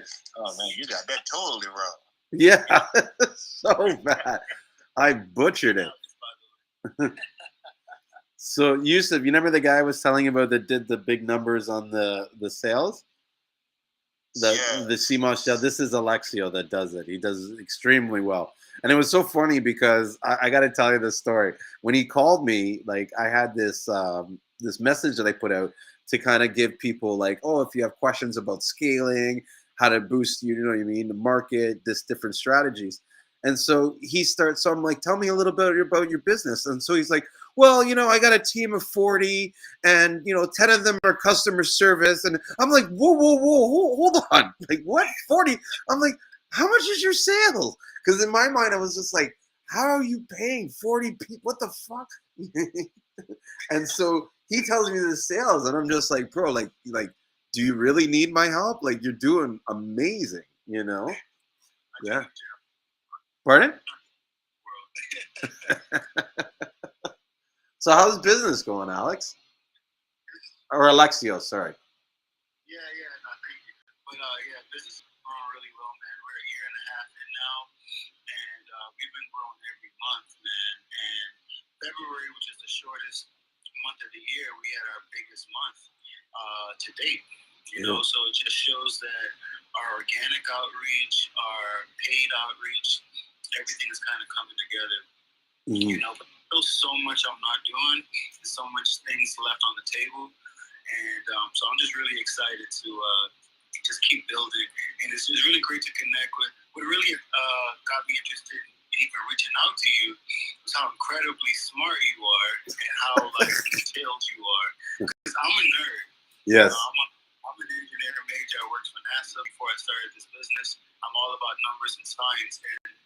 And I, you know, and dispelling myths, you know. So when I saw that you were on the same wave, and I saw the things you were saying in the group, I'm like, wow, I gotta meet this guy. Yeah. It's literally like you know. so yeah, man, it's just great connecting. Yes. And, as I spoke to you in the past few weeks ago, you know, the next goal is to start growing farms in my country, the Bahamas, which has like crystal clear, gorgeous waters, and they import their sea moss from other places. I'm like, that's embarrassing. How are you not embarrassed? Yeah. So, you know, the goal next is to, you know, just really start our own farm and invite people like yourself over to make that happen. Yeah. Yes. I'm ready for it. I actually talked to my partner. Yeah, because I think the last time we talked, it was like, you know, do you have anybody that has some kind of scientific experience and stuff like that, right? And so, yeah, he's got a few people named. I think what I might even do is introduce you to him and have you just deal with him directly. That way, because I find in a lot of businesses, if there's too many sort of people in the middle, then it just takes long for things to happen. You know what I mean? This is me, man. Again, why I connected with you is the sincerity of it all. You know, especially once people get a whiff of any kind of level of success that we're having, they just become monsters, man. And like, I'm out at that point. Yeah. Realize it's more about you than the overall big picture of creating job opportunities and business opportunities for people that look like us. Like, I'm not interested anymore. We're doing well without the help. So be the outreach is because we want to do even better and better for the community, not for us. So the thing is, you have a lot of people with scarcity mindsets. It's very me only. And the minute I get that energy, I am literally cold turkey out. Yeah. Well, because that mentality will take from your energy. Do you know what I'm saying? Because what I've learned in life is there's two types of people. There's the givers and there's the takers. And the takers will always act like they're givers, right? But you need to surround yourself with givers, because if you're giving and they're giving, it completes the cycle. It's like an energy kind of, coming around. But if the taker is always taking, then you have no energy left. And that's how some of these guys will take and take your information, and rather than share it, use it for their own sort of their own personal gain, So yeah. So I'm like you. I try to avoid that and working with people like that. Like I told you when we spoke, I'm definitely here for the community, learning, growing, caring. I think it's all a give and take, and at the end of the day, we want to dominate this industry and not have the big guys come, like the Quaker Oats guys and the Johnson & Johnsons of the world come in our territory and take over, and they're already testing. Well, I was going to say, they're sniffing around, because I'll get some phone calls, and a lot of the conversations are like to the question of capacity, like how much can you supply, how much can you do. So they're all looking about how much, and I've said that to people, is that it just takes one guy to kind of dump in $1 million into this idea, and then they're filling all the stores and all that kind of stuff, and Yeah, absolutely. So yeah, definitely. We want to make sure that we really lock ourselves down. Business analysts. I don't know if you knew this, but Jeff Bezos recently committed $100 million to seaweed cultivation in general. Wow. Seaweed to everything in between. I was just talking about that not long ago. Oh wow! No, I had no idea. But Actually, a year and a half ago, my mom brought it to my attention. She's my biggest cheerleader. She was like, "You want to bring it back? Look what Jeff Bezos just did," And the thing is, they predict that by 2050, that seaweed will be cultivated more than potatoes. And the analysts specifically for Seamoss are predicting that it will be $100 billion industry by 2025. You know that's tomorrow. Yeah, that's only a couple of years away, and this is what I've been telling a lot of these people that have been sort of like negative about farming and cultivation. It's like, guys, get on the train. Like, it's happening. It's soon the supply is going to be so big, wildcrafted will not exist. Do you know what I mean? It won't be possible, because like, if there is, as soon as there is someone's going to come and steal it. You know what I mean? It's already happening in St. Lucia, where areas where there was an abundance of sea moss, now there's no sea moss there because everybody keeps taking and taking and taking. I actually heard about last year, about 60% of St. Lucia's sea moss went missing in the middle of the night. And, it's just scary, people are stealing sea moss, from farmers. But yeah, man, it's only going to get worse as the industry becomes more lucrative.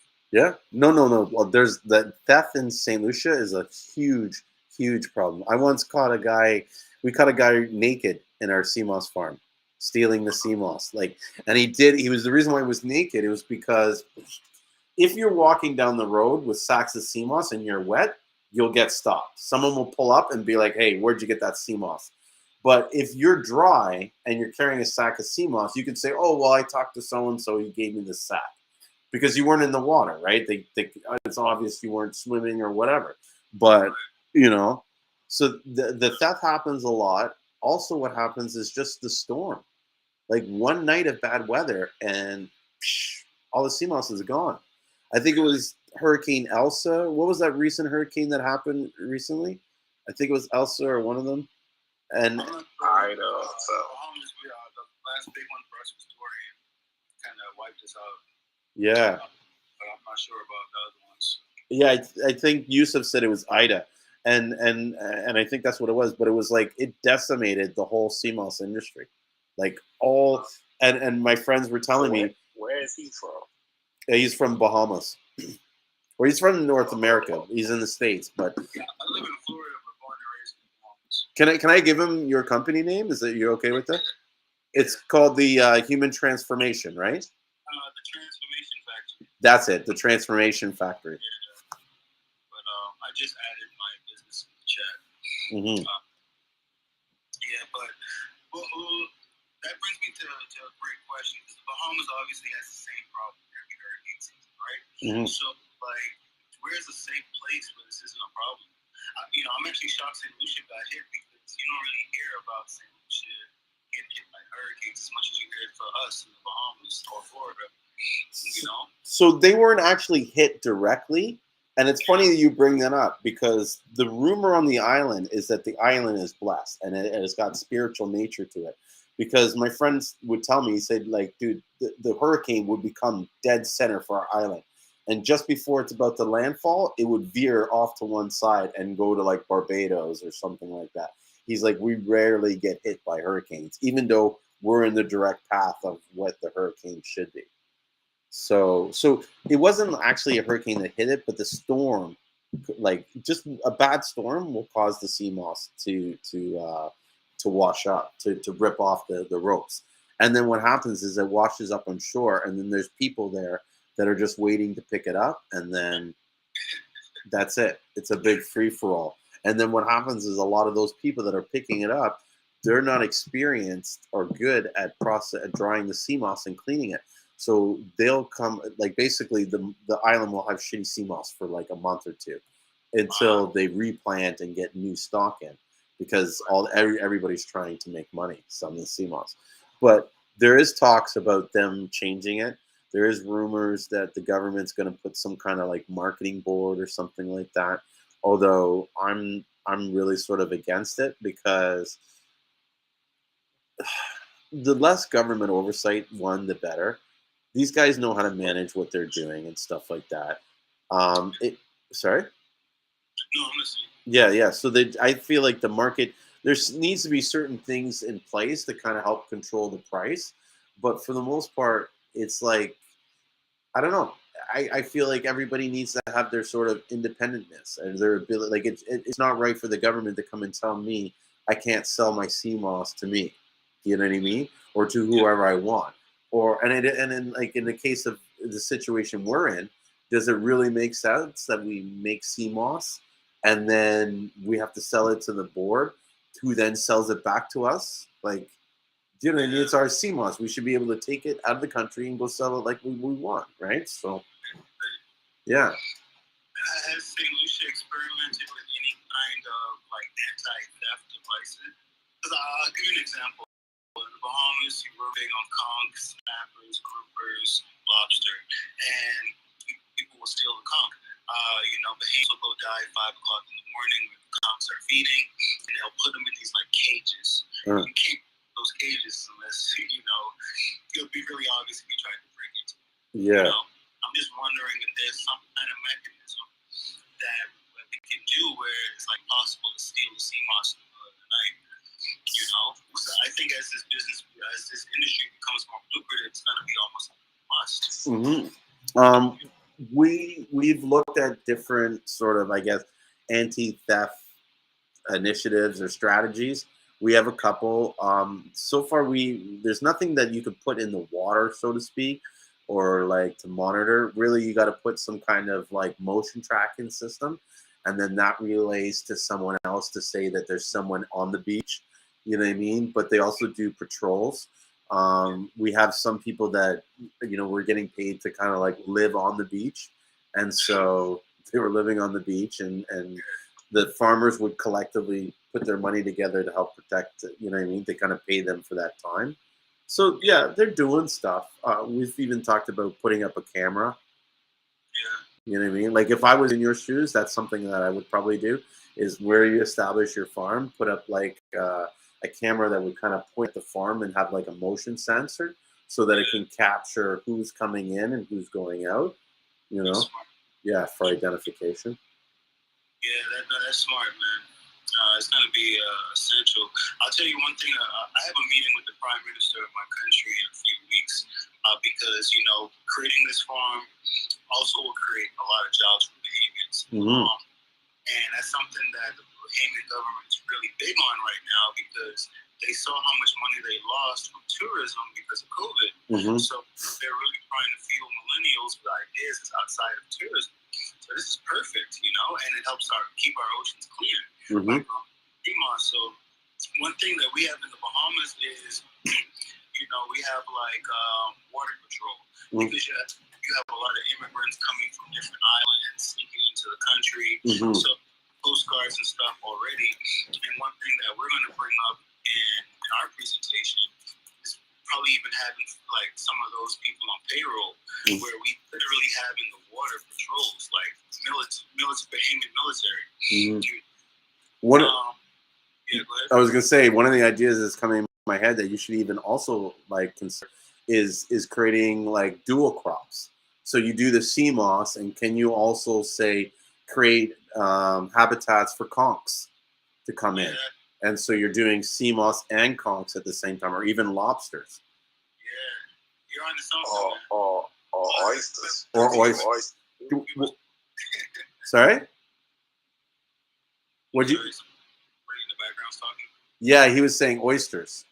Oh, oysters. Okay. And I was going to ask you, can you even grow oysters in the Bahamas? Do they grow them? You know, I have to talk to some more fishermen. I know our main crops are conch, snapper, groupers, lobster. You know, when y'all say conch, what is that? So conch would be like that, you know, that big giant sea, huh? A big mussel. It's like a big mussel. So conch, you know those seashells where they put the thing in and they're like, yeah. So the thing that's in there, it's like a snail. That's called a conch. Dude, it tastes fucking amazing. If someone cooks it right and marinates it right and tenderizes right, it's better than chicken. It's like a cross between chicken and lobster. Oh, wow. You know what I'm talking about, all right, Alexio? Yeah. Because as a kid, what part of the Bahamas you from? Freeport or Yeah, so I was born and raised in Freeport, but I have family from Eleuthera and also Anagua. So you ever heard of the herbalist guy over there, Jamal Munker? Oh yeah, he worked with Dr. Sabi. Yes. Yeah, that's my partner with his crazy ass. It's called Life something. New Life. Yeah. But yeah, I know of that guy. I believe he's also in the new Dr. Sabi documentary that Nick Cannon's taking over. You know, so, New Life. It's called New Life, yes. Yeah, so I was actually in the Bahamas for 3 months for the summer about 2 years ago, right before I started my business. And I went to that store and they had the gels, but they were sold out of the raw. And I remember asking them, I'm like, hey, you sold out, you gonna get some more in the morning? Thinking they're gonna like farm it in the morning, like they do with the conch. I'm like, oh no, we have to wait a few weeks for it. We're importing. Like, we're importing Seamoss in the Bahamas? Like, what?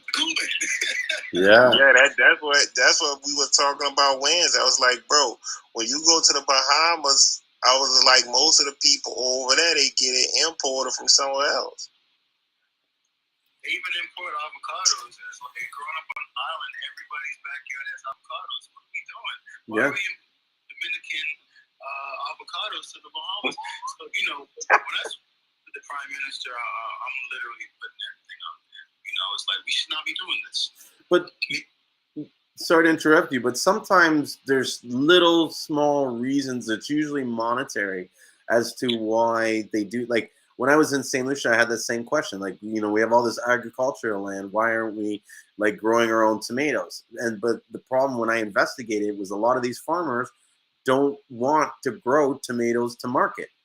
They want to grow tomatoes the way that their dad taught them how to grow tomatoes. And it's like, yeah, okay, sure, dude. The tomatoes may taste better, but it looks like shit and no one buys it. So You know what I mean? Like a lot of times people don't realize that we create these own environments ourselves. Like people complain about these farm GMO fruits and stuff, but it's like if you saw a real wild fruit, you wouldn't buy it. You know what I mean? Because it's got bruises and blemishes and Sure would. whatnot.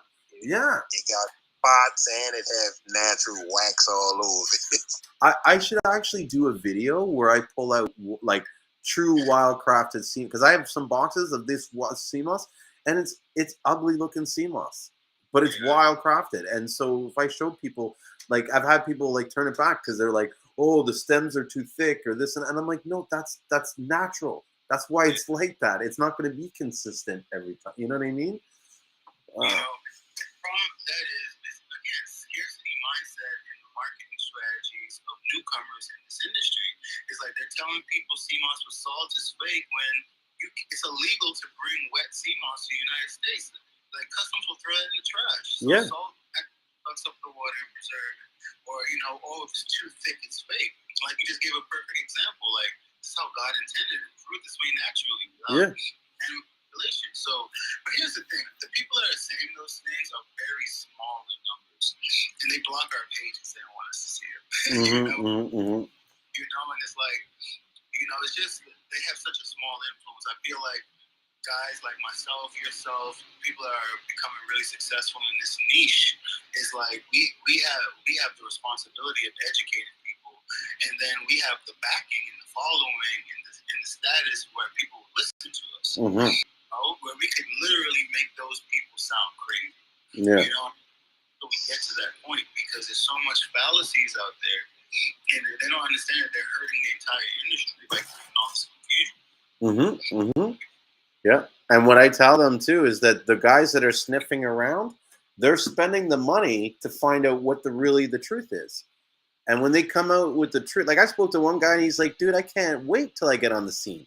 He's like, I got all this stuff. He goes, wait till someone tries and says 92 minerals and I sick my legal team on them.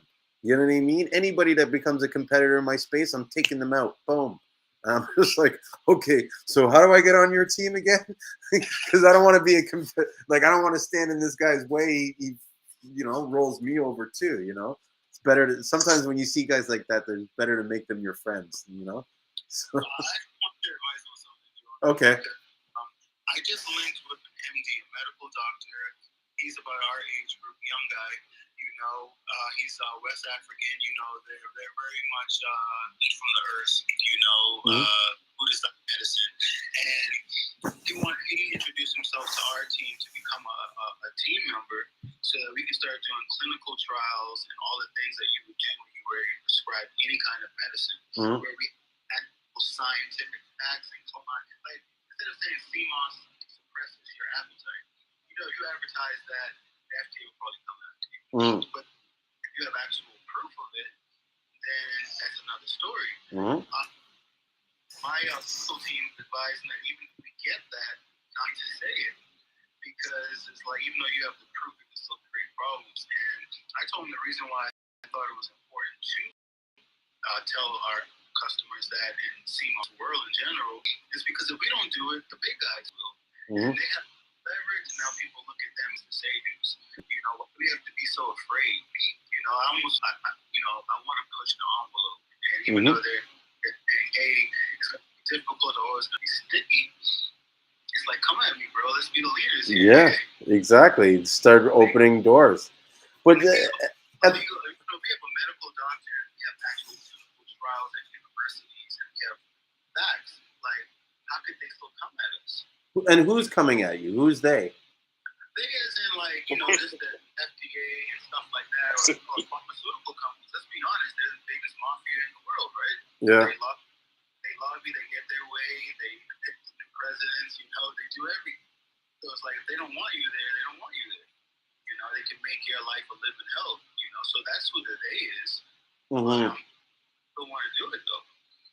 See, the only way I see the pharmaceutical market coming in is if you were to create a product that directly competes with one of their products that actually takes market share and stuff. I feel like in the long run, they might just come and say, dude, you're already doing well at this and that. How do we align with what you have? Do you know what I mean? They're gonna start making products that are going to be the health conscious, and like I believe that soon in the future, the pharmaceuticals like industry is going to make a shift where they're going to start offering these sort of like health conscious like herds and stuff like that and botanicals in order to compete with that market, because people are now starting to wake up and realize that these synthetics aren't as good as the real thing. You know what I mean? And so I don't know. I think that if they were really going to come after Seamoss, they would have come after us a long time ago. Yeah. Yeah. But maybe the industry wasn't a threat yet, you know? True. So like, it was years when it's $100 billion industry, maybe it'll threaten their prescription poison, you know? And maybe now they care about coming after us. But I see Seamoss and that as more of a like almost like a dietary supplement as opposed to an actual medicine. Do you know what I mean? Like Ricky from Gold Seamoss, he's like, I see it as a multivitamin. And I agree that too, right? And so I don't know if it will really capture the attention of, well, I guess now that you're saying you do the clinical trials and now you can prove that this reduced this or this, you know, fixed cancer or whatever the trial does, then yeah, you're right. It might. But you know what? Fuck it, dude. That's how I feel. Yeah. Like we'll deal with that when it happens, if it happens. Like too many times people try to predict the future and they're not Nostradamus. So I think what I would do in your case is I would go for it, but in the back of my mind, I wouldn't put too much energy. But in the back of my mind, I would always be thinking, okay, well, what do I do when these guys do come? Do you know what I mean? How do I protect myself? Or how do I put myself in a position where, you know, maybe they can take a shot and hurt me, but not enough to catastrophically take me out. Like I always say to people, it's okay to fuck up. It's okay to make mistakes as long as that doesn't wipe out your whole business. You know what I mean? Like it's better to do that, risk it, and maybe lose an arm. But if you think you're going to lose your head or your torso, then you know what I mean. That's not a safe bet. I don't think you're going to lose. I think you'll be able to pivot or change something if they end up coming after you with some kind of letter for whatever reason saying you got to cease and then you stop making the claims and go back to what everybody else is doing. Right. Yeah. I just feel like we can't be afraid. There's been so many leaders in the past that's opened doors because they went against the grain. Mm-hmm. And I don't feel like it's our purpose and our destiny and our responsibility to do it. You know? I think by the time they really figure out what's going on or what you're up to, you're going to be so kind of far ahead that it will be too difficult for them to kind of stop you. Yeah. Do you know what I mean? Because you've already have the trial, you already have the data, you already have the information. What are they going to come in and you know what I mean? Tell you your information is incorrect? Yeah. They're going to challenge your information. That might be better for you. You know, make sure that the work that you do is actually accurate. You know what I mean? But I wouldn't like directly challenge them or, you know, sort of do things that would draw their attention towards you. You know what I mean? Maybe be careful when you put out PR messages on what you're saying and stuff. I don't know. Yeah. That kind of thing. But if I was in your shoes and I had the money to do it, fuck yeah, I'd do it. Hell yeah. Yeah, I wouldn't even think about it. I'd be like, my model all the time when people are like, oh, you can't do that, you're going to get in trouble. I'd be like, they got to catch me first. They got to find me and catch me. That's it. So, and that's not easy to do. That takes a lot of energy to find someone and catch them. You know what I mean? So to me, it's like, what are they really going to do to you? You know, tell you to stop it. Tell you, you know, we want you to double check your paperwork. You know. I'm actually not afraid, man. You know, when I hear people on my team tell me to be cautious, I listen to them because they're my teammates. You know, I have them there for a reason. Mm-hmm. But at the time, I know it's my vision. I know it's my purpose. I know. I just don't feel the fear. I feel like if it's not me, it's going to be somebody else that says the thing. Mm-hmm. So why hold back out of fear? That's how I feel. And what if you figure out a way to get around them? You know what I mean? Like no, there's nothing to say that you can't figure something out that they've never thought of or whatever. You know what I'm saying? This is what I say before. Like it's almost like it's worth the risk to see what happens. Like I always say to people, oh, let's just see what happens. You know what I mean? you can always walk away. You know what I mean? If the heat becomes too strong, if they start hitting on you, back off. Stop saying this stuff. Yeah, Hmm. Yeah, but definitely, yeah, I would do it. I've been wanting to do something where we like even test different sea mosses and stuff like that, so that like do sort of like clinical trials to see what's the difference between wild crafted sea moss and farm cultivated sea moss. You know, what is the difference between sea moss growing in this region as opposed to this region? You know what I mean? right. Yeah. My hypothesis is that the farms will actually have more nutrients, and the reason why is because we know that sea moss gets its nutrients from the type of water it's in and the amount of direct sunlight it can get. Hmm. So I just feel like sea moss grown in the Caribbean Sea that's crystal clear and sun can penetrate it, so especially in the shallow, Hmm. you know. I just feel it'll be more nutrient dense than sea moss at the bottom of the ocean where sunlight can barely get to it. Hmm. But you know, that's just a hypothesis. Obviously, I'd want to test it and be sure before I would ever say that. But at the top of my brain, just knowing how science works, I feel like that would be the case. Yeah, from my experience and what I've been taught being in the CMOS, you're right in the case that the CMOS that's closer to the top will get more sunlight and it actually grows faster because it absorbs the nitrates and stuff and the nutrients.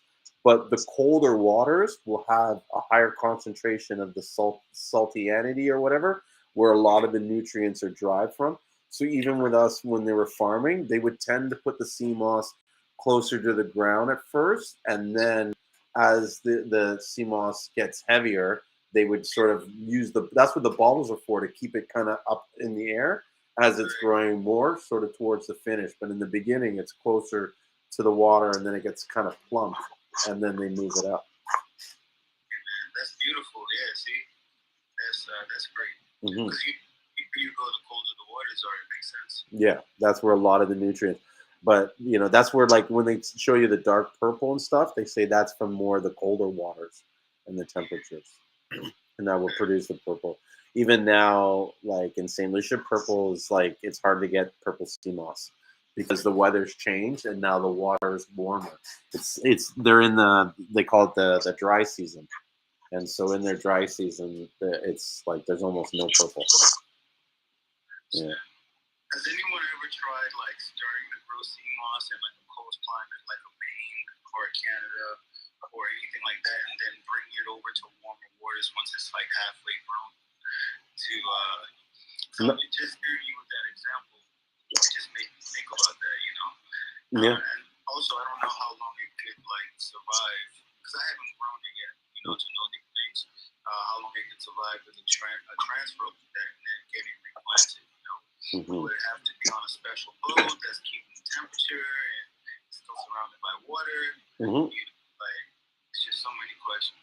So, you know? if you were to transport it, you would probably need something to circulate the water to keep the water kind of aerated, so that it doesn't have any like bacteria growth or whatever.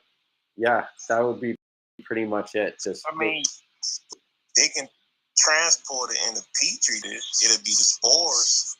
That's probably something.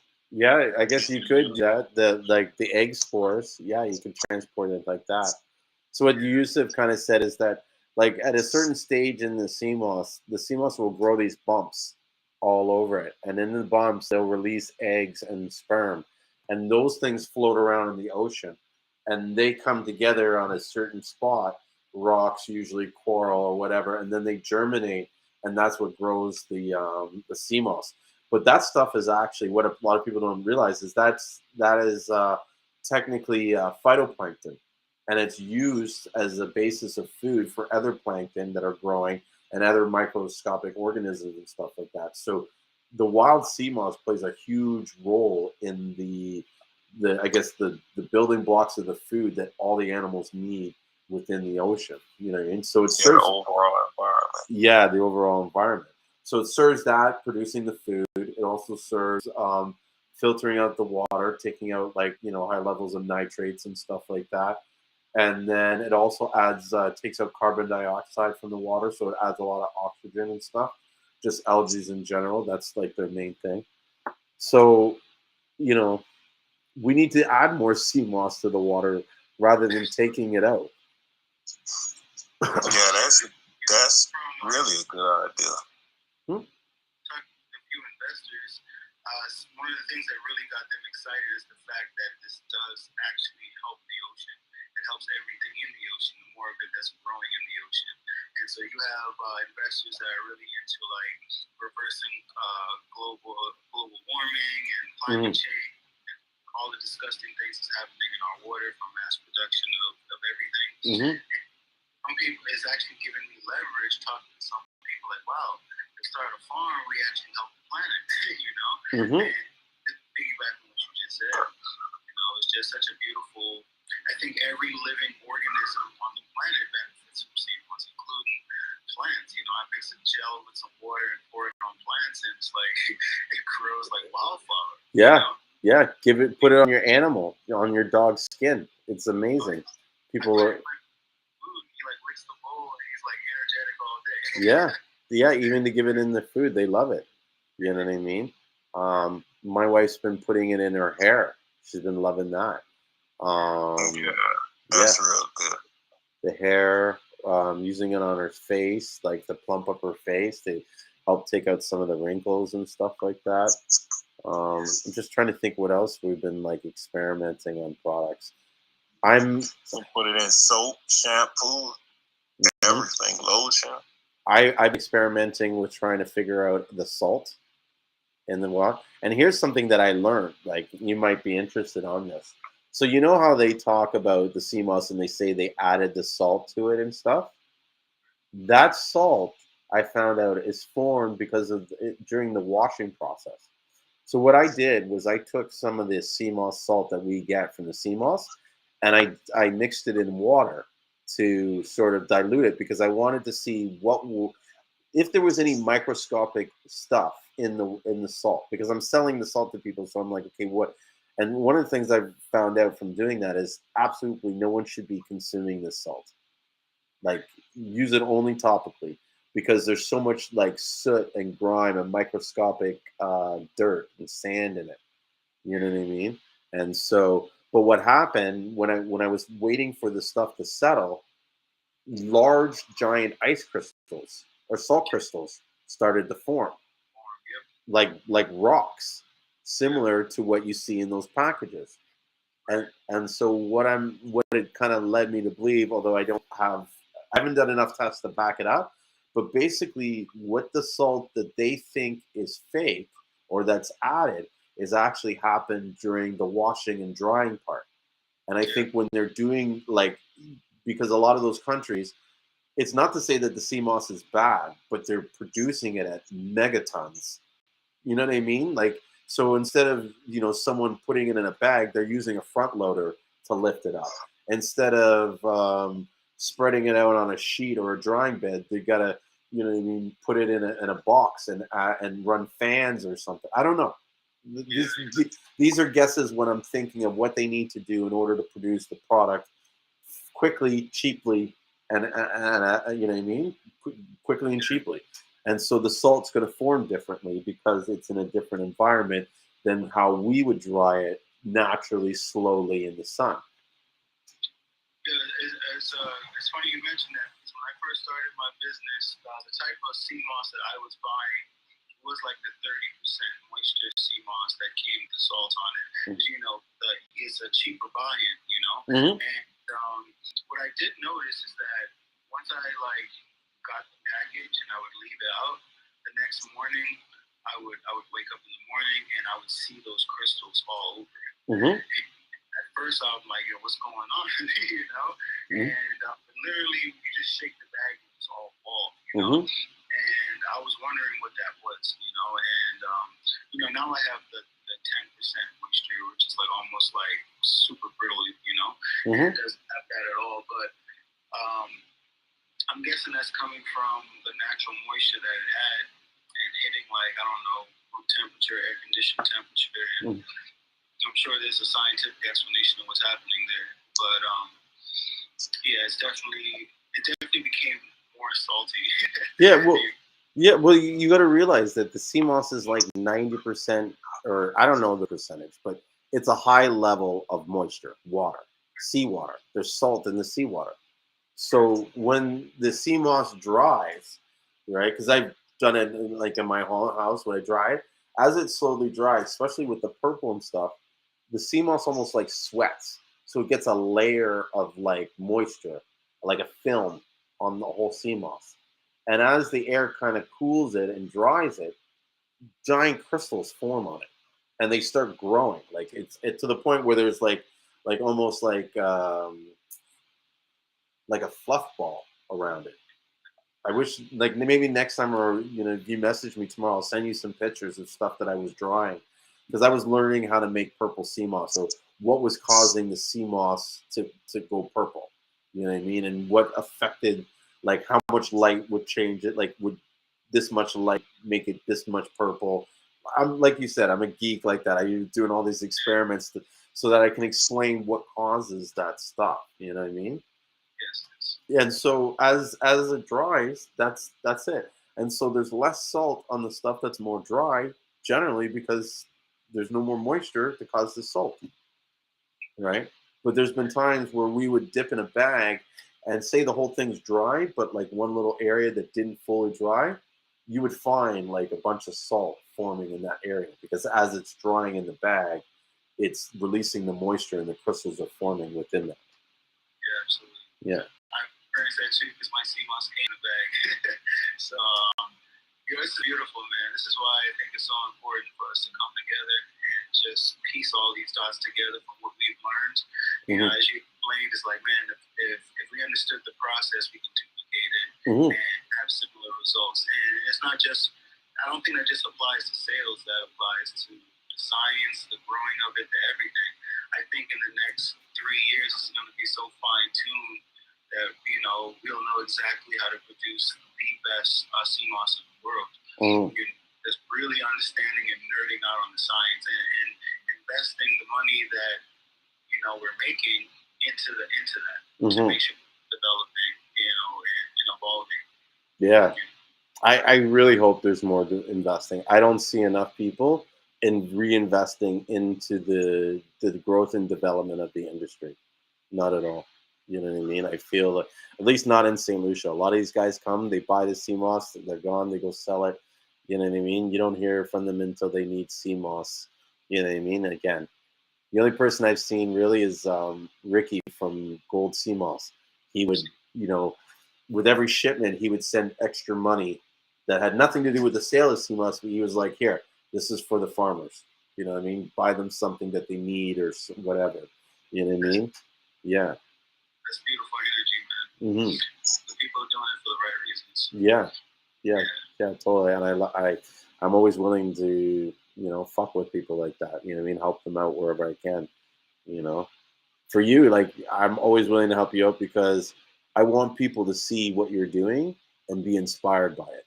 Do you know what I mean? Because I think a lot of people don't really.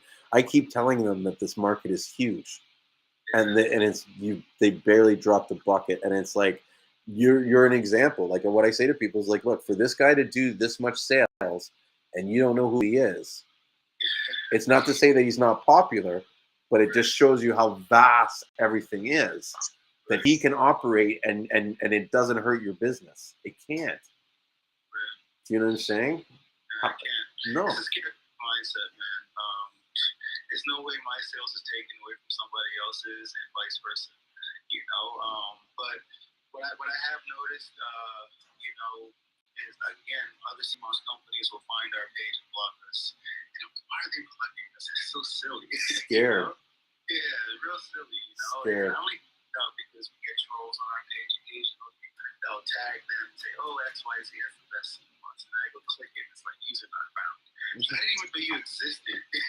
But it's like, we should be working together. And I mean, these are young black millennials. Like, are you kidding me? Like, I'm rooting for us. Yeah. They're like, oh no, his stuff is so. Honestly, dude, if it was me, right, and I was like that, I would copy all your shit.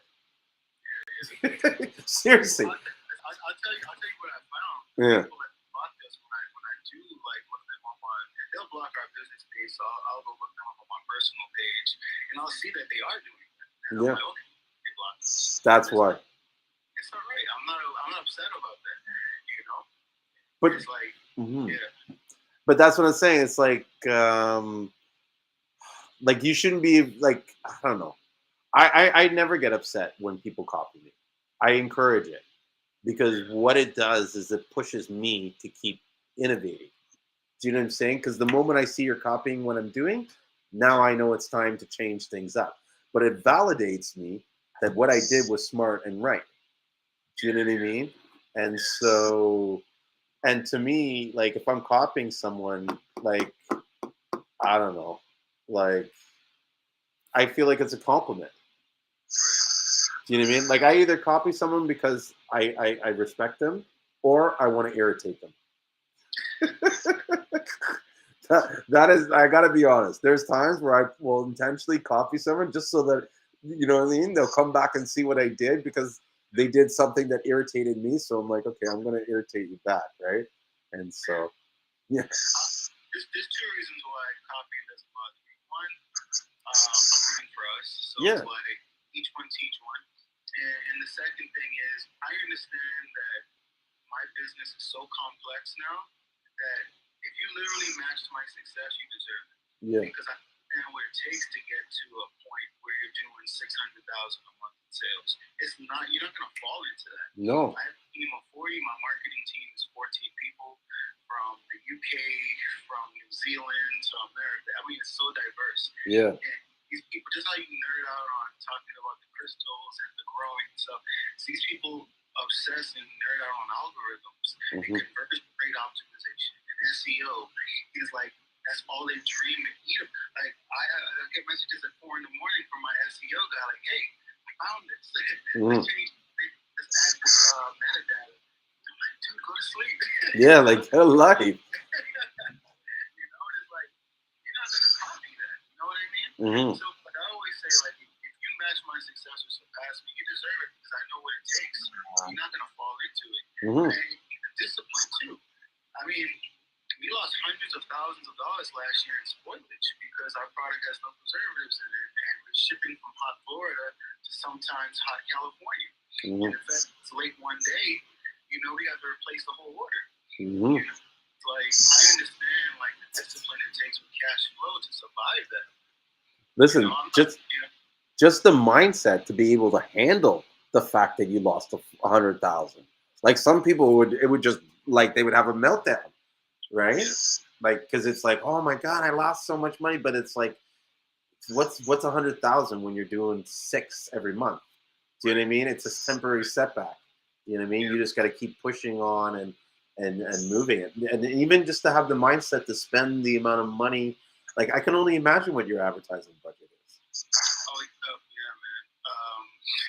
You don't have to say it. I can only imagine. I know what I spend on advertising to get what I get. So I'm just like I can only, you know what I mean? It's crazy. And if you were to tell, apparently we spent $1.2 million in 9 months last year. This is what I'm saying. Tell someone that you spent that $1 million on ads. Yeah. They'd be like, "What? How? Like, weren't you afraid?" And then once you start doing that, that's you ruin the mindset. Do you know what I'm saying? Because you then question the possibility of that happening. But if you're in your shoes and you've done the numbers, you know, okay, well, if I spend $1 and I get $6 back, I'll spend $1 million and get $6 million back. Oh yeah. That's. Once you have a healthy ROAS, I never look at marketing as an expense as long as we have at least a 2.5 ROAS. You know, because it literally says I spend $1 and I get $2.50 back.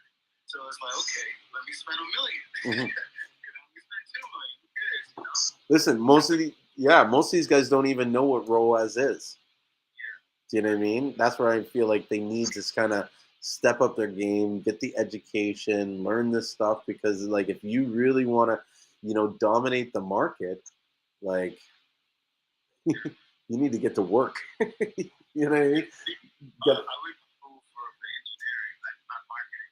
So it's like, you know, another thing that's been a catalyst to my success is being humble enough to sit back and say, hey, you know way more than me in this area, and let you run your ship. You know, and I'll have my ideas, these crazy ideas that come to me, and I have to filter to professionals to say, that's great, this is how we should do it. You know, to be able, you know, that's one thing my marketing team's complimented me on. It's like, man, you work with other CEOs that's like so egotistical, they just want what they want. It's like, you hired this guy for a reason. Yeah. You know, a beast at what he does, or she's a beast at what she does, why wouldn't you take their advice? And I've made it easy for my team to critique me, give me ideas. I always, whether I like it or not, I always, you know, it's the Oreo method. You know, you compliment, you critique, you compliment. You know, I see where you're going. This is why this wouldn't work. How can we do this where this wouldn't happen? And it empowers them. You know, like, you know, my team's amazing. Some of them are in this chat right now, but they're absolutely amazing. I can tell. I could see them saying "living legend," superstar. Like, you got to let me know how much you pay these guys, because maybe I'll get them to come in my chat room and start bigging me up. If the price is right, right? I just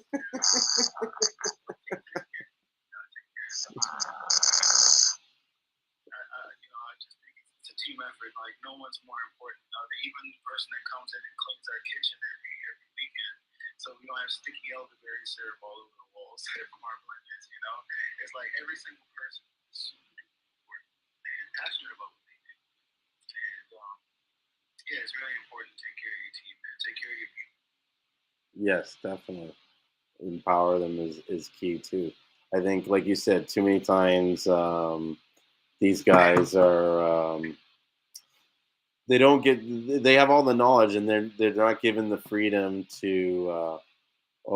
Champ is saying he pays us very well. That's it, eh? You know, that's a good point, eh?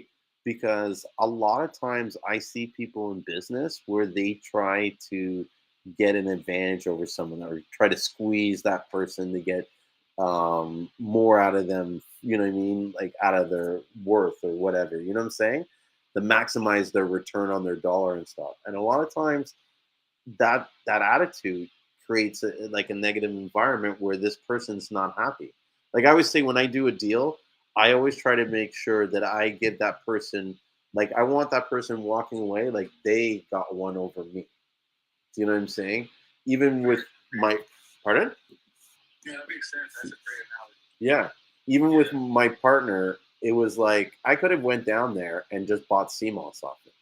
You know what I mean? Go get me the Seamoss. Here's my money. I take it, and I, make my money or whatever. But I made him 50-50 partner, because I wanted to ensure that it was like, he's how do you say it? He's critical to my success, right? How he buys the Seamoss, where he buys the Seamoss, the amount of time, whatever he does, you know what I mean? And now he'll never rip me off, because if he rips me off, he's ripping himself off. And I've said that to him a lot of times, because he'd be like, "Oh, aren't you worried about?" I'm like, "Dude, what are you? You're not stealing from me. Like, if you stole from me, who you steal? You're stealing from yourself. You know what I mean? Like, if you fuck this up, none of us are gonna get paid.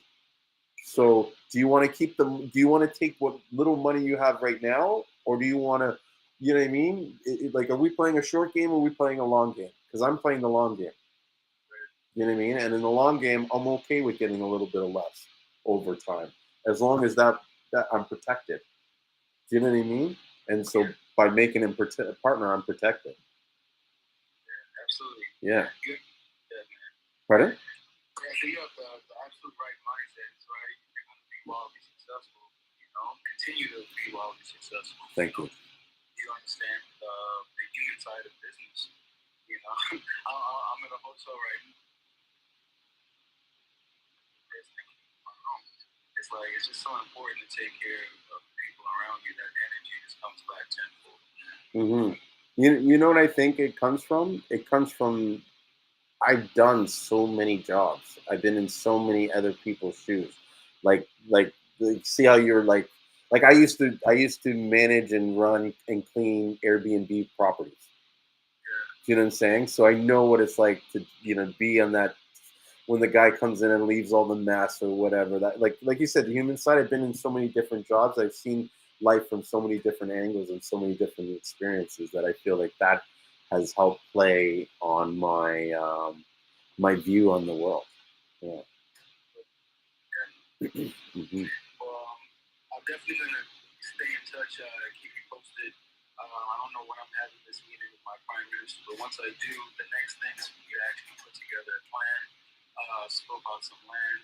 I don't know how it is in St. Lucia, but sometimes there's like family property or crown land, they call it Bahamas, where like some people get property 100% for free just because generational or whatever. So, you know, obviously beach property is expensive, but if I don't have to pay for it, that'll be a blessing.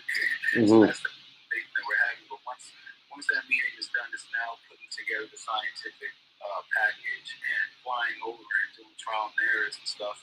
And, you know, obviously we can minimize the trial and error part of it if we work with people that's already grown sea moss from its inception to a full-on harvest. And absolutely. So I definitely want to work with you on that project and your network, and be a good excuse to come to the Bahamas too. Yeah, no, it would be great. And that's what I'm thinking is like we can meet, set something up, and then bring some guys to kind of come over there and teach you guys what they know or how they do it, and just set up like a test farm and then go from there. You know what I mean? Find an area. And this is the thing too with us, like we didn't have to pay for our farm, you know what I mean? Because it's in the water, right? It's generally owned by the Queen's Chain. But I think even in St. Lucia, there is a provision in the law books that allows people to go into the government and basically apply for like a lease of the Queen's Chain or of that area, and so you can lease that area if you wanted to. But most people just like it's in a community because you don't need to own any land in front of it, right? Because it's right on the beach, so everybody has access to the beach. You just got to get to the just got to find a suitable place. But at the same time, it for what you're doing, it might be beneficial to have the government kind of say, okay, this is his land, this is his area, because once you have it defined, that might help with a lot of the theft and stuff. Because then you could say like, no one comes near this. Any sea moss that washes up on the beach in this area, it's identified as your, you know what I mean? That's your product. Yeah. Well, you know, I've been studying St. Lucia for a while, and one thing I commend you guys' government on, I believe it was 1995 where they started a program where they started educating the locals on how to do this and turn it into a business. There's documents on it. And I was like, wow, they really set their people up for success, because if you fast forward to today, St. Lucia is the hub for the Caribbean and the United States pretty much. And you know, the idea is to just use that as an example as well when I speak to my government. Like, hey, come look what this country did for their people, and they're eating off of this today. It's not just tourism, you know. And Lucia has a huge sea moss market, and you know, it would behoove them to protect us from theft, because if we create a bunch of jobs and now no one can work because they stole everything, you know, it just gives me more leverage using examples like this. Yeah, for sure. Yeah, definitely. That's what you got to do, man. Well, I'm definitely excited to see you on the journey, and I'm looking forward to being a part of it. You know what I mean? And like I'm all for it. Like this would be a great story to say, like, look, we created all these jobs and increased livelihood for all these like people in the Bahamas. You know what I mean? Yes. Yeah. Alicia said Julien is awesome. I agree. Thank you. I try. You know what I mean? I really love Seamoss, dude. I'm really passionate about it. You know what I mean? There's something about it when you touch it out of the water and stuff like that. And it's like, I don't know. It's changed my life. You know what I mean? Literally. Yeah. You know, just to be transparent, a year and a half right after COVID, my mother had eviction notices on her door. You know, it's like, you know, the economy was like, what, 44 million Americans out of a job. Yeah. And here I am giving away free sea moss to nurses and COVID patients. Had no idea that, you know, as an island boy, sea moss is just all it's on sea, you know? Yeah. So how do I protect my, at the time, 79-year-old grandmother from a potential fatal encounter with COVID? It's like, okay, sea moss lattes in the morning. She loves coffee, right? Boom. Very bad. She was having like sea moss first responders. And then once you got 200 orders, you realize, okay, I'm going bankrupt. So I was even shipping it to them free because no one wanted to pick it up. And, so I'm like shipping it, and making it into Target, Walmart, buying all these mason jars. And there's an eviction notice on my mom's house, And it's like, it's just full circle that it went from that to being a multi-million-dollar business. Dude, I'm getting goosebumps listening to your story. You know what I mean? But the one thing when I listen to your story, what you did was you sacrificed and you served, right? You sacrificed the time and the risk of you losing everything, and you served these people, these first responders and stuff like that. And what I've learned in life, you know what I mean, in spiritual, is when you give out of your heart, especially when you barely have it, God sees this and he rewards you for this. And so you might not get it directly from the first responders that you helped out, but all of a sudden all this business comes out of nowhere that you're like, where the fuck did this come from? You know? Yeah, so just keep doing what you're doing, you know what I mean? Because it's a good formula, you know what I mean? I always tell people they should be giving away free gel, free Seamoss all the time, whenever they can, just to spread the word. And they look at me like I'm crazy, and I'm like, dude, you're making $400 off a pound. You know what I mean? You can afford to give 16 ounces out of that. You know what I mean? It's not going to kill you. Especially if it's local, man. I think the biggest expense is after advertising promotion. And so, the stuff per jar is so affordable, like you said. It's like if it's local, man, you can get this stuff for pennies. What? Just out of curiosity, I know you said you wanted to go, and I hope I'm not keeping you too long. But what are you doing for shipping? How are you saving money on shipping? Well, I don't know if I'm so much saving money. Right now, I use FedEx. We use FedEx Express, which is a 1 to 2 day delivery. We ship it frozen with commercial ice packs and everything like that, and to keep it cold so it doesn't ferment. Because we do freeze Seamoss gel, so and it can be a nightmare lately. So shipping is very expensive, and FedEx has gone up on their prices like the rest of the world has, with this inflation. So I'm not really saving money on shipping. I charge my customers $9 for shipping, about $13. Just because of the conversion rates. Some can have $1,000 worth of product in their cart, and the shipping's $11, and they're like, "Oh, I'm out." But they it's not that bad. So it's like finding that sweet spot. I'm learning that with marketing. But I'll tell you this, because we've spent over $1 million on shipping last year, they're about to upgrade us to like a world package in Q2, the beginning of Q3, like June 1st. And I think our shipping is going to go down a lot. But the main thing that we're working on now, and I spoke to you privately, was just shelf stabilizing our product where it doesn't need to be expressed in 1 to 2 days. Because it's browned and it doesn't spoil or lose its quality, its nutrients, or anything like that. And we would literally cut our shipping down 40%. Wow. Significant, very significant. So, we're about 5 months away from having that machine delivered. Working with engineers and some food scientists now that will shelf stabilize our products where we can actually really save on shipping and even get into retail spaces. A place we can't really exist right now unless it's the case or just raw. Dude, yeah. It's going to be a game changer when you figure it out. That self-save, and because I always tell people that's the thing that's stopping a lot of people from getting into the stores and stuff like that is the the expiry rate. You know what I mean? So you solve that. It's going to be a game changer, and you being the first to kind of be the market, it's going to be some time before everybody figures out what you did. Right. Well, to be honest, man, it's not even rocket science. It's just expensive. Do that is almost $100,000. Well, it's almost inaccessible for someone that's starting like I was like a year and a half ago. But the main goal is, again, I'm not in competition with people that sell Seamoss. You know, I'm in competition with my numbers yesterday. Mm-hmm. You know, I feel like we can build a factory, like a legit factory, a co-packing facility that has this. Now we have up and coming Seamoss companies, our Black community, where we can produce the product for them.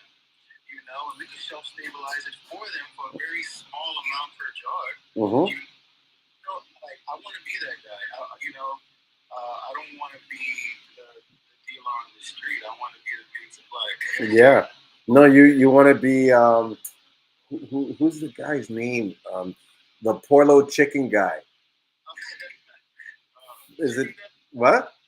You said the chicken guy? Yeah, Porlo, like in Breaking Bad. You remember Breaking Bad? You've never watched Breaking Bad? Oh gosh. Yeah, I guess like when I watched Breaking Bad, I barely watch television nowadays. Like I watch shows on audience creation, like for Facebook. I watch the St. Lucian News, and I watch like Facebook retargeting. That's what like pretty much I'm watching. You know what I mean? Facebook and TikTok audience creation. Yeah. Like if I'm not learning it, Gus Fring. That's it. Gus Fring. So you want to be like a Gus Fring. So sorry. I just want to grow and help supply and keep growing. Mm-hmm. That's such wasted energy. No, and no, like what you're doing, that's smart because in some ways that's sort of the similar idea that I want to sort of grow our business into is becoming the sort of the co-producer for all these other companies that want to get started so that they can create a legitimate and standardized product. Because like you said, it's not easy for them to get into that sort of level, and a lot of them don't want to make the gels. Do you know what I'm saying? Like if you had a stable product that they could sell at a reasonable price, you could sell to them. They would buy that rather than them spend I know lots of guys that tell me they hate making the gel. It's just they make good money on it, so it's like it makes sense to sell it. But they're like some of them are even talking about switching to powder because they're just like powder is so much easier to handle. You know. And easier is not always better. You know, Sure. sometimes I'll be the first to, you know, before I had a staff, it was my grandmother and my mom that helped me. And I mean, they would be up till 5 in the morning, hunched over the sink with back pains, cleaning Seamoss, you know? Wow.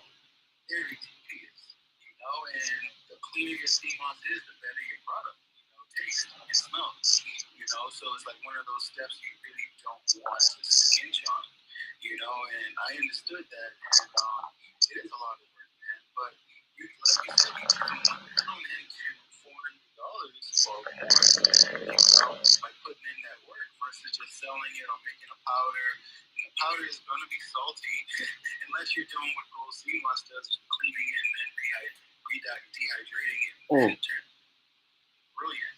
But again, that's a lot of work that people aren't do. You know, it's going to pay off because now people can mix it in their coffee and it tastes like coffee and not like fish. Mm-hmm. Yeah. So, hey man, it's like anything in life, man. There's levels to things and your tenacity and how much you stick with something's going to pay off in the end. Facts. So, yeah, man. Facts. Great talking to you and your audience, man.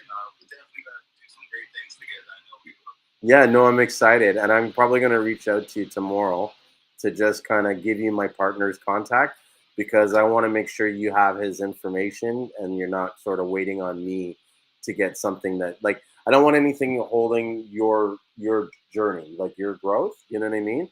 Because you're going to need this information to build all this stuff, and so the easier it is to get access to it, the better. That's what I see. All right. Well, we'll catch up soon. Okay, good stuff. I'll talk to you. Goodbye. So, hey guys, that was Alexio. Hey Sean, thanks for joining. Sorry I didn't get a chance to say anything to you, but that guy was a really enjoying the conversation. huh? I was enjoying the conversation. Yeah. Oh no, he's a really smart guy. So that guy, he's the owner of is it the Transformation Factory? Have you heard of them?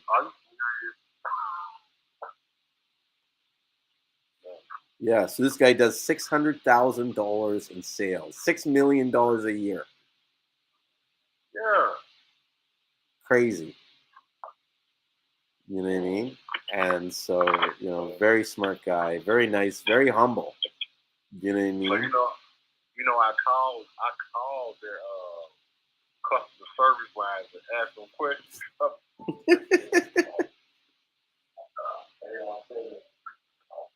What happened? I can't hear you well. I don't know if it smells like you're talking to a cup.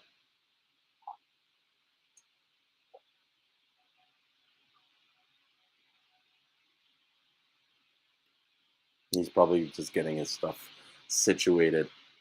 But yeah, right there, the Alexio, he's an inspiration, definitely to me. I mean, since talking to him, I've really sort of realized that I need to kind of hunker down and really push my business because, I'm in a really good position, and not to say that I'm lazy, but at the same time, I'm not pushing as hard as I could be. Sorry, what were you saying, Sean? Oh, I know I had my Bluetooth in, so I got disconnected. But Sure. I heard that I called his customer service line. Well, I was texting his customer service stuff, responding, and I was asking a question about how they preserve their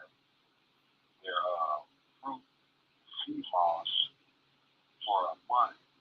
I was like, oh my! I was like, man. So I was like, how do y'all make y'all sea moss last that long? It's with fresh fruit, and they didn't respond back to me on that.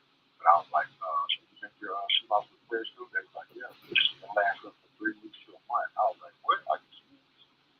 I couldn't believe it. So I don't know what they was doing, but I would love to ask them personally. Oh, I wish I'd known. You probably would have answered it.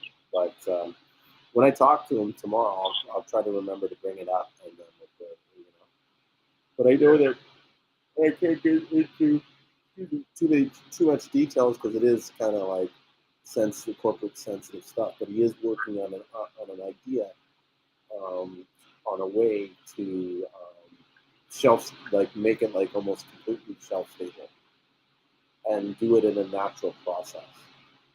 And so, I'm kind of excited to see what's in the call and to see what happens. Also, this guy Champ says, okay, so the reason why you didn't get an answer is because they're not allowed to speak on the process on the phone.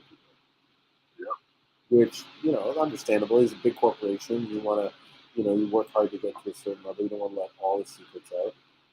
But getting back to what he's saying is that they have this technology that they're looking at and they're studying, and if it works, then they're going to make significant advancements. And so a lot of people would look at it and say, oh, well, you can't let that happen. He's going to have too much of an advantage and stuff. But what you need to look at is the broader picture, and the fact is, if this guy gets in there and he gets his products on the shelves, you know what I mean? That now opens doors for other people to follow him. You know what I mean? And so rather than being worried about where he's going, you need to focus on how are you going to follow behind him. Right. Yeah, and there's nothing wrong with being second or third. In fact, most times I try to be fourth. Yeah, and the reason why I try to be fourth is because I want to see what the first, second, and third people are doing, so that one, either I know what works and I know what doesn't. You know what I mean? And so I always tell you, being number one is not always the best. You know what I mean? I would rather work half as hard and make close to the same amount of money and be fourth. Mm-hmm. Like he said, worry about your numbers yesterday, not your competition. Mm. You know what I mean? If you do better every day than what you did yesterday, you're, no matter what, you're going to be on top. You're going to be successful. Yeah. So. I totally agree, especially the part about not being number one. It's like in those competitions where they be doing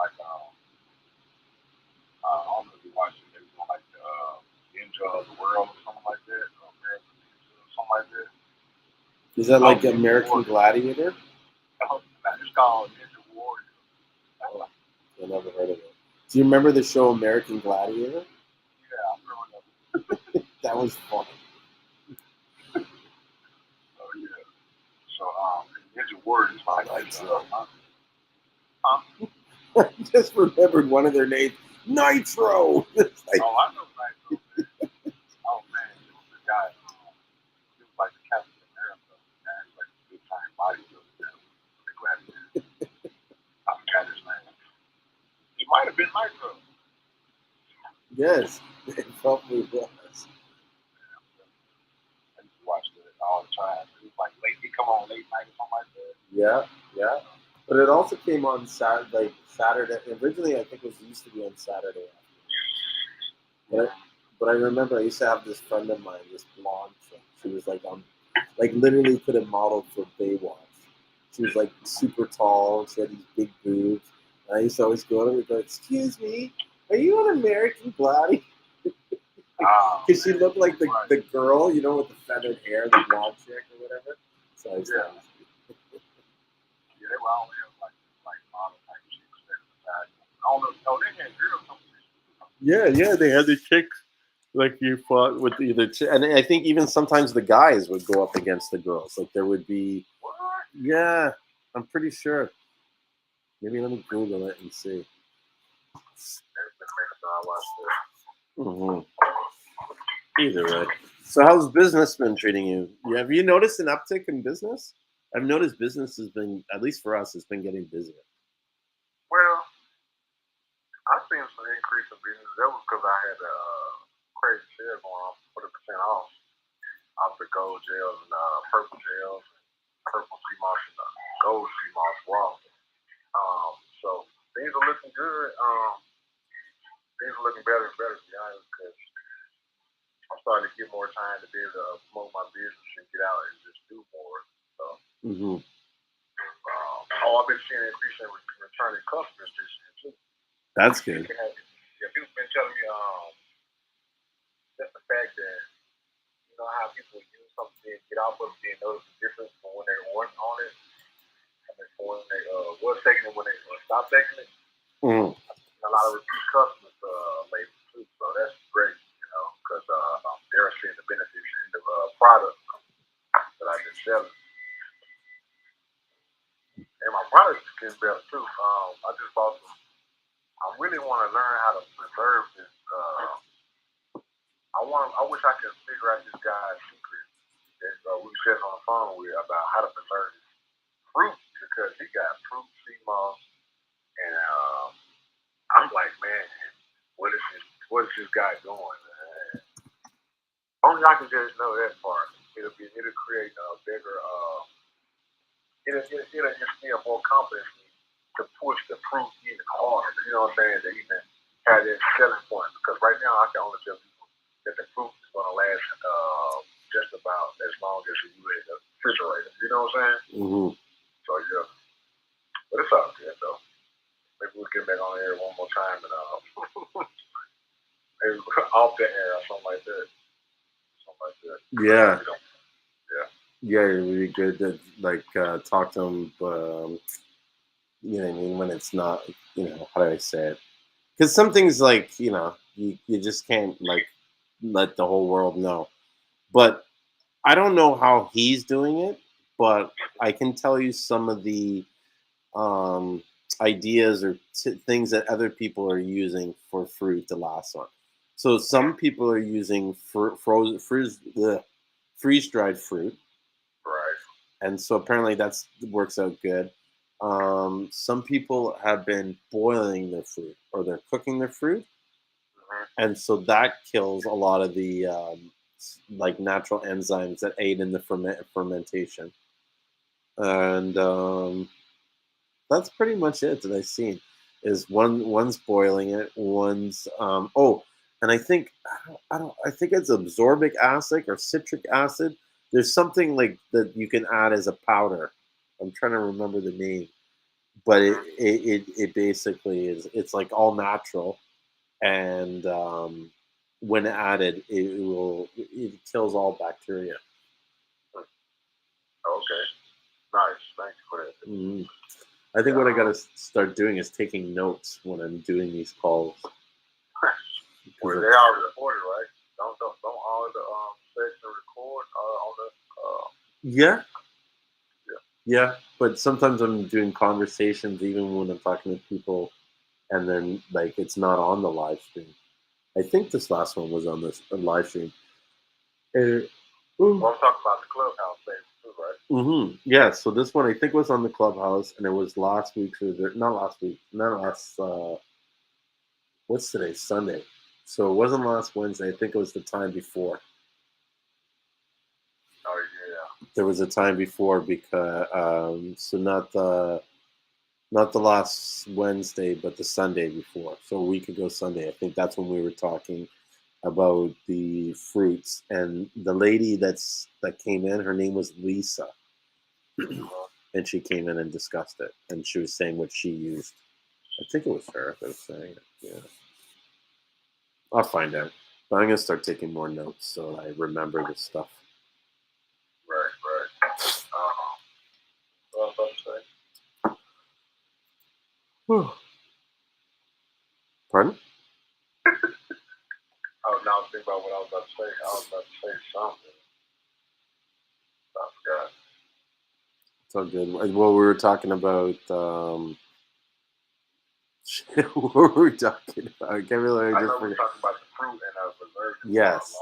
Shelf life, but And I was saying the girl's name was Lisa, and it was last Sunday that I think she was talking about it. And it had to do. Oh yeah, I know what I was about to say now. Yes. Yeah, I'm about to get ready to get some Seamoss in the phone, so I might beat you up for some pounds. All right, sounds good. Yeah. Oh yeah, here's another question. I'm glad I said that. All right, so speaking of, so you know the gel lasts 3 months. I mean, in the freezer, 3 weeks to a month in the refrigerator. Now, the raw Seamoss lasts a year. Longer. It lasts longer than that. They use the year as a rule of thumb, just because it's easier to say a year and be safe than to say 5. But I've spoken to some farmers who said that they've kept their Seamoss upwards of 10 years. And here's another thing why they probably say a year is that you might get Seamoss from a farmer and it might be 2-3 years old already. Right. And so if you say it's 5 years, then you're going to run into some problems. So everybody, and it's hard to look at the Seamoss and tell how old the Seamoss is. And so just as a rule of thumb, you just say 1 year. Okay. Yeah. But it has to be stored in a cool, dry place. Cool, dark, dry place. Yeah. All right, great. Because I was just, I'll be coming from not close to a year, but almost a year. I had some pounds. I don't know really. I think it was like maybe like I had bought something like July. Yeah, I had bought I think I bought like 20 pounds. I want to get more. But I'm see what kind of deal I can get. Yeah, I'll work it. I'm feeling generous lately, so you know what I mean. We can work at a good deal, but I also want to work on a way to help you grow, so that how do I put it? Like, I can always give good deals, but it helps me out if the person is buying more Seamoss. You know what I mean? That like you're always growing in a sense. And so what I've decided to do recently is to not just give people good deals, but to basically support them in increasing the sales. Because the reality is this: me giving you a lesser price isn't going to help you sell more Seamoss. All it is you're going to save a few bucks on the pound, right? And that price wouldn't matter if you knew how to sell more Seamoss, because that $3 off, one extra sale the profit from that is probably 3 times, 4 times that amount. Do you know what I mean? And so it's kind of like, okay, how, it's one thing I'm losing money by giving you a deal. How do I make that money back? Well, I help you sell more Seamoss. You know what I mean? Yeah. So the more Seamoss you can sell, the better deals I can give. And so it's a win-win for both of us. Oh man! So let me tell you what happened to me on my little journey going out into the world and stopping by different stores, trying to look at the competition or put myself inside the store.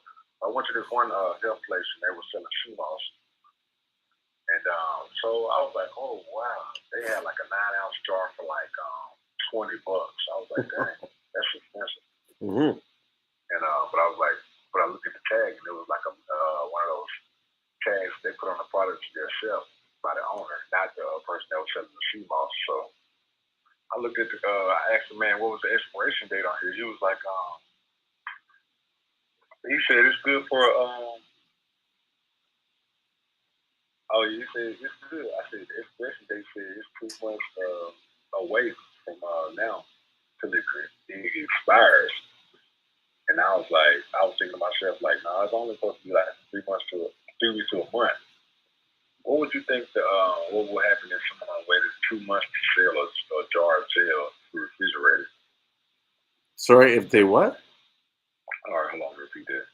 All right, so if I had a jar of Seamoss and I kept it for 2 months, vacuum seal, what would happen to it if I try to open it up and eat it? Do you think it'd be still good for consumption or what? 2 months. Yeah, because this is what the guy was trying to sell as far as the expiration date to his customers. Mm-hmm. And he didn't know I was like a Seamoss distributor or, one of the people that actually make this and sell it. Dude, that's dangerous territory. I mean, it's hard for me to say because I've never tried to keep Seamoss for 2 months. I know that I have my Seamoss gel in the fridge. I keep it in these like packaged sprout containers, and they seem to keep the Seamoss longer than what I would think it would keep in the jar. What I've seen, so longer than 2-3 weeks. But I don't know, unless he's doing something to sort of pasteurize it or, kill it, which would almost like render the product ineffective. I don't know. Do you know what I mean? Like how are they getting 2 months? Like it's not an easy. I don't know. All right. So say for instance, if you had a store and I say for instance after I had a store and you should be some Seamoss gel, right? Mm-hmm. So whenever I get it, I put 2 months on it from whenever you ship it to me. That's what he's doing. Yeah, but where's he getting the 2 months from? I don't know. He's just putting it on there just to be having it on there. That's dangerous. Yeah. Because I was gonna say, like I was saying, it's even to get it like past the month. Like this guy's talking about spending investing over $100,000 to get this machine. You know what I mean? These products that will help him do this shit. Do you know what I'm saying? Like it's not an easy he's dangerous. That's all I gotta say. It's dangerous. Yeah. And this is something that like a lot of like when I have meetings with government people, that's their sort of like concern. Is like they've said it several times. Like all it takes is one person to get sick. Yeah. And that's it. Then the government's gonna have to come in and start regulating stuff. Oh, for real? Yeah, think about it. If someone dies from doing this, you think the FDA is not going to step in and say, "Hey, let's hold on all shipments of Seamoss"? It'll fuck up the Seamoss game. Oh wow! Think about it. Yeah, like most part, they're sort of turning a blind eye because we're not really making waves. You know what I mean? This is what even Alexio was saying in the call was like, do I invest this money to get like, he's like, I can do the clinical trials and the tests to prove that all the the shit that people say about CMOS is real. You know what I mean? That it reduces inflammation, that it does this or does that. Like he's got the money to invest in the doctor test, and people are like, warning him not to because of the, potential problems. Anyways, Right. yeah, it's a crazy industry. There's this guy's like a store owner. He's buying Seamoss from out of Louisiana and putting his own expiration date on there because they don't have an expiration date on their product. I wonder if it's the same guy that I know a guy who's out of Louisiana, and it's a girl. Oh, it's a girl. Okay, so there's a guy I know that he does it. He basically middles the product to other people. He resells it. You're not talking about Yusuf. Huh? What's his name? Yusuf? Yusuf? Yeah, you're not talking about him. No, so Yusuf doesn't really sell it. He was just in here. I think we were talking for so long he fell asleep. I had to move him to the audience because he started snoring on the camera. I see him up there. Yeah. But no, it wasn't Yusuf. There was another guy. I'm trying to remember his name, but it's not. It's not ringing a bell right now. But it'll come to me. It'll come to me.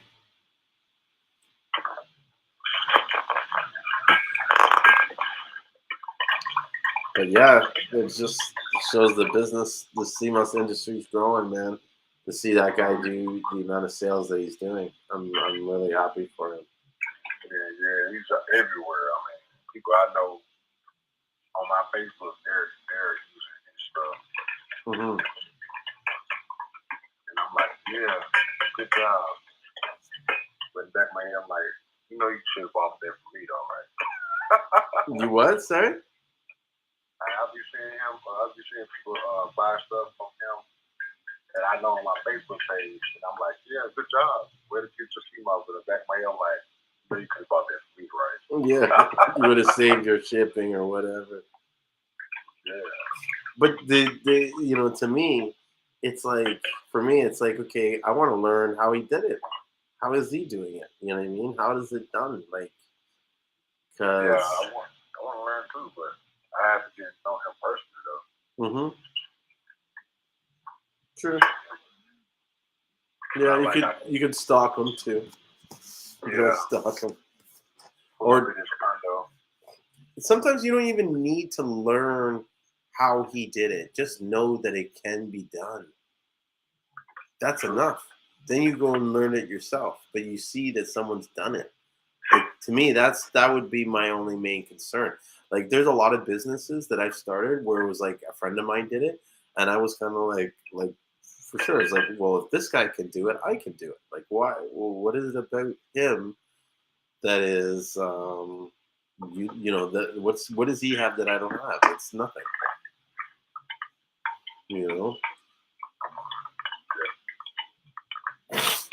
So, yeah. I mean, with that said, I'm going to start scaling up my advertising soon, so I'm really excited about that. Yeah, I heard you say you wanted to do something. They stopped talking to him. What was it? Sorry? I heard you saying that he made you want to start doing something different, hunker down and start pushing more. Like, you have your, what's your first thing you're thinking about doing to do that? I've been seeing you put out videos more on TikTok and Instagram. Yeah, I've been starting to create a little bit more content, getting more, I guess, awareness and stuff. Mm-hmm. But I know with the CMOS group that we have, I'm going to start making some changes on that. And I'm going to start really being a little bit more selective as to who and where I share my knowledge and information. I feel that there's, in a lot of ways, too many people that are riding off my stuff, and they're not going to do their own due diligence. And then they're using my platforms or things that I've built to kind of like, do business in a way that hurts others. Yeah. Do you know what I mean? And so for me, I'm a little bit sensitive. I'm extremely sensitive. I'm just going to come out and say it. I'm extremely sensitive when people bash farming Seamoss. Yeah. And the main reason is because most of them that are bashing it, one, the reason why they're bashing it is so that they can sell more of their product. And then two, most of them don't know what they're talking about and are not qualified to give this information. You know what I mean? And so it's like, how are you giving this information and you've never been to an algae website? Do you know what I'm saying?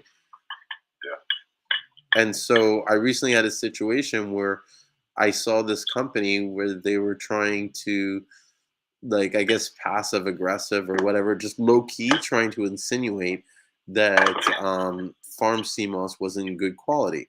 And when I called them out on it and said, I see what you're doing, they try to act like, oh, I'm not doing that. Oh, this is, you got it all wrong. And then proceeds to, like,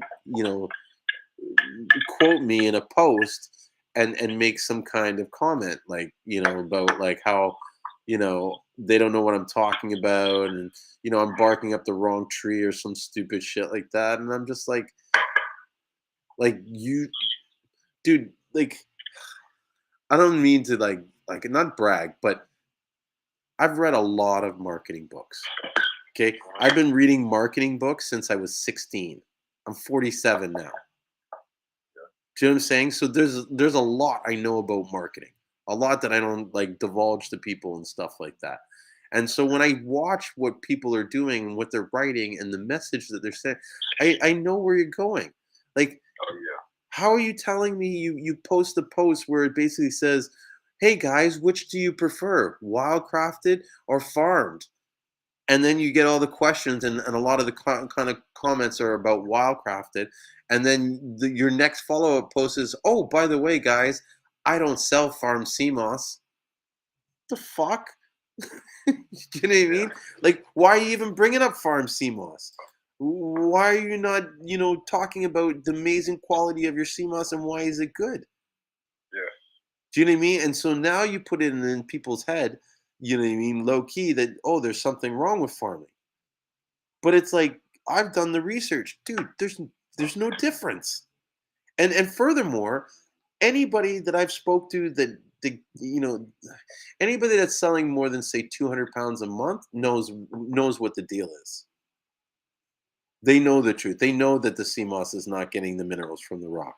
But to protect their business, they won't speak out against it. Right.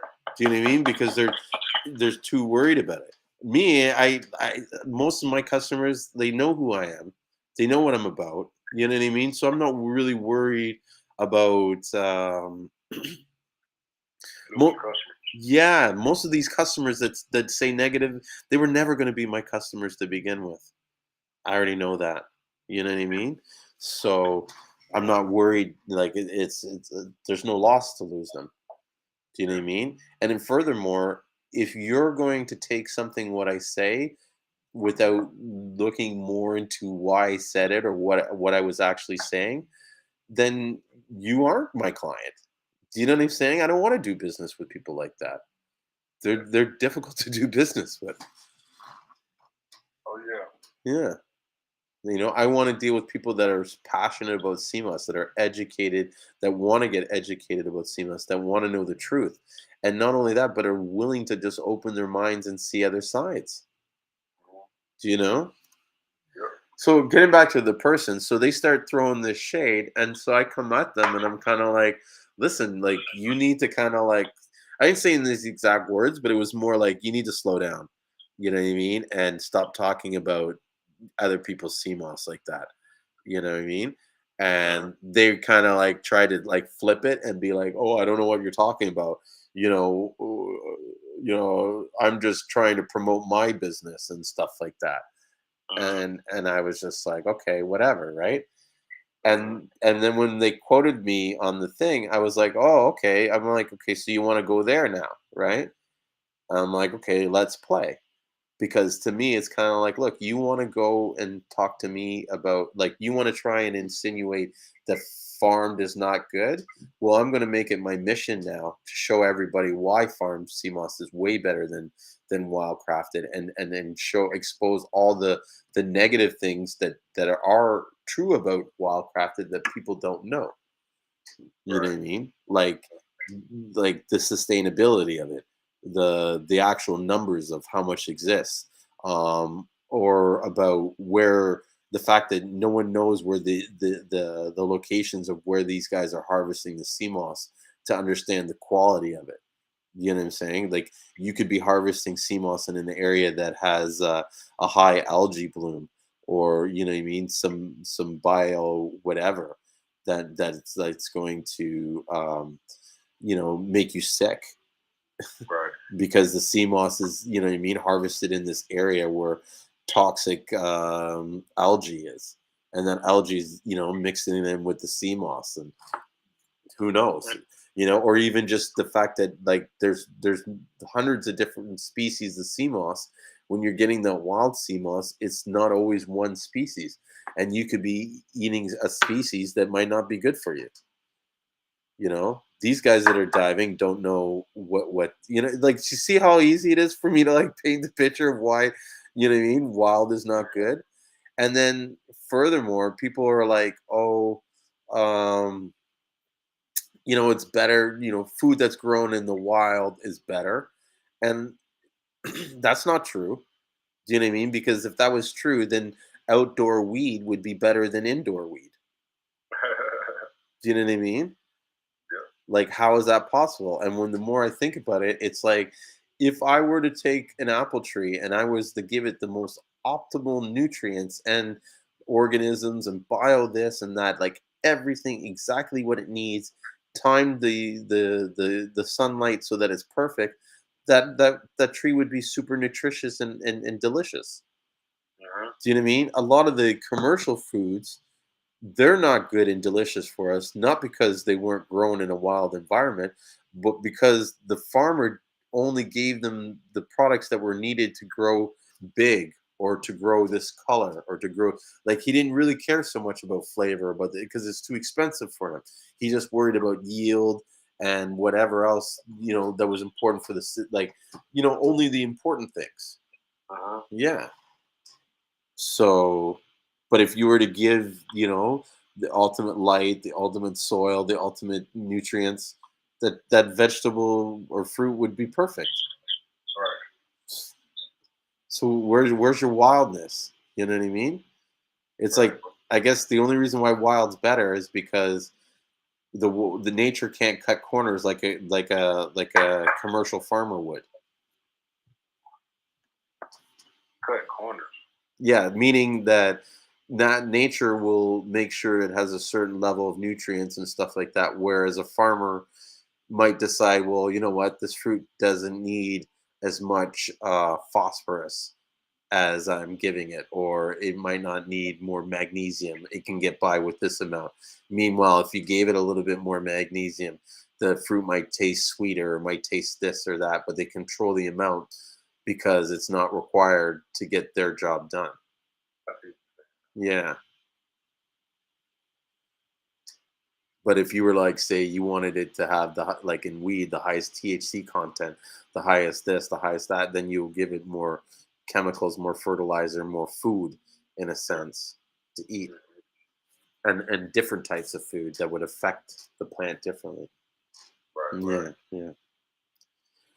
But yeah, you're right though. That wildcraft, especially with that different type of algae species. Like when you say species, like different, like Graciolera or No, like species that we don't even really consume. uh, So I don't have it handy here, but when I find it, I might post it on Facebook. And it's a picture of sea moss that my uncle had gotten me. That was wild crafted sea moss. Like, they had some guy dive on it, And bro, when you see this Seamoss, this photo, it's like you have to ask like, where did he get this Seamoss from the trash? Like it looks like like it's all full of garbage and microplastics and stuff like that, and twine and all kinds of stuff.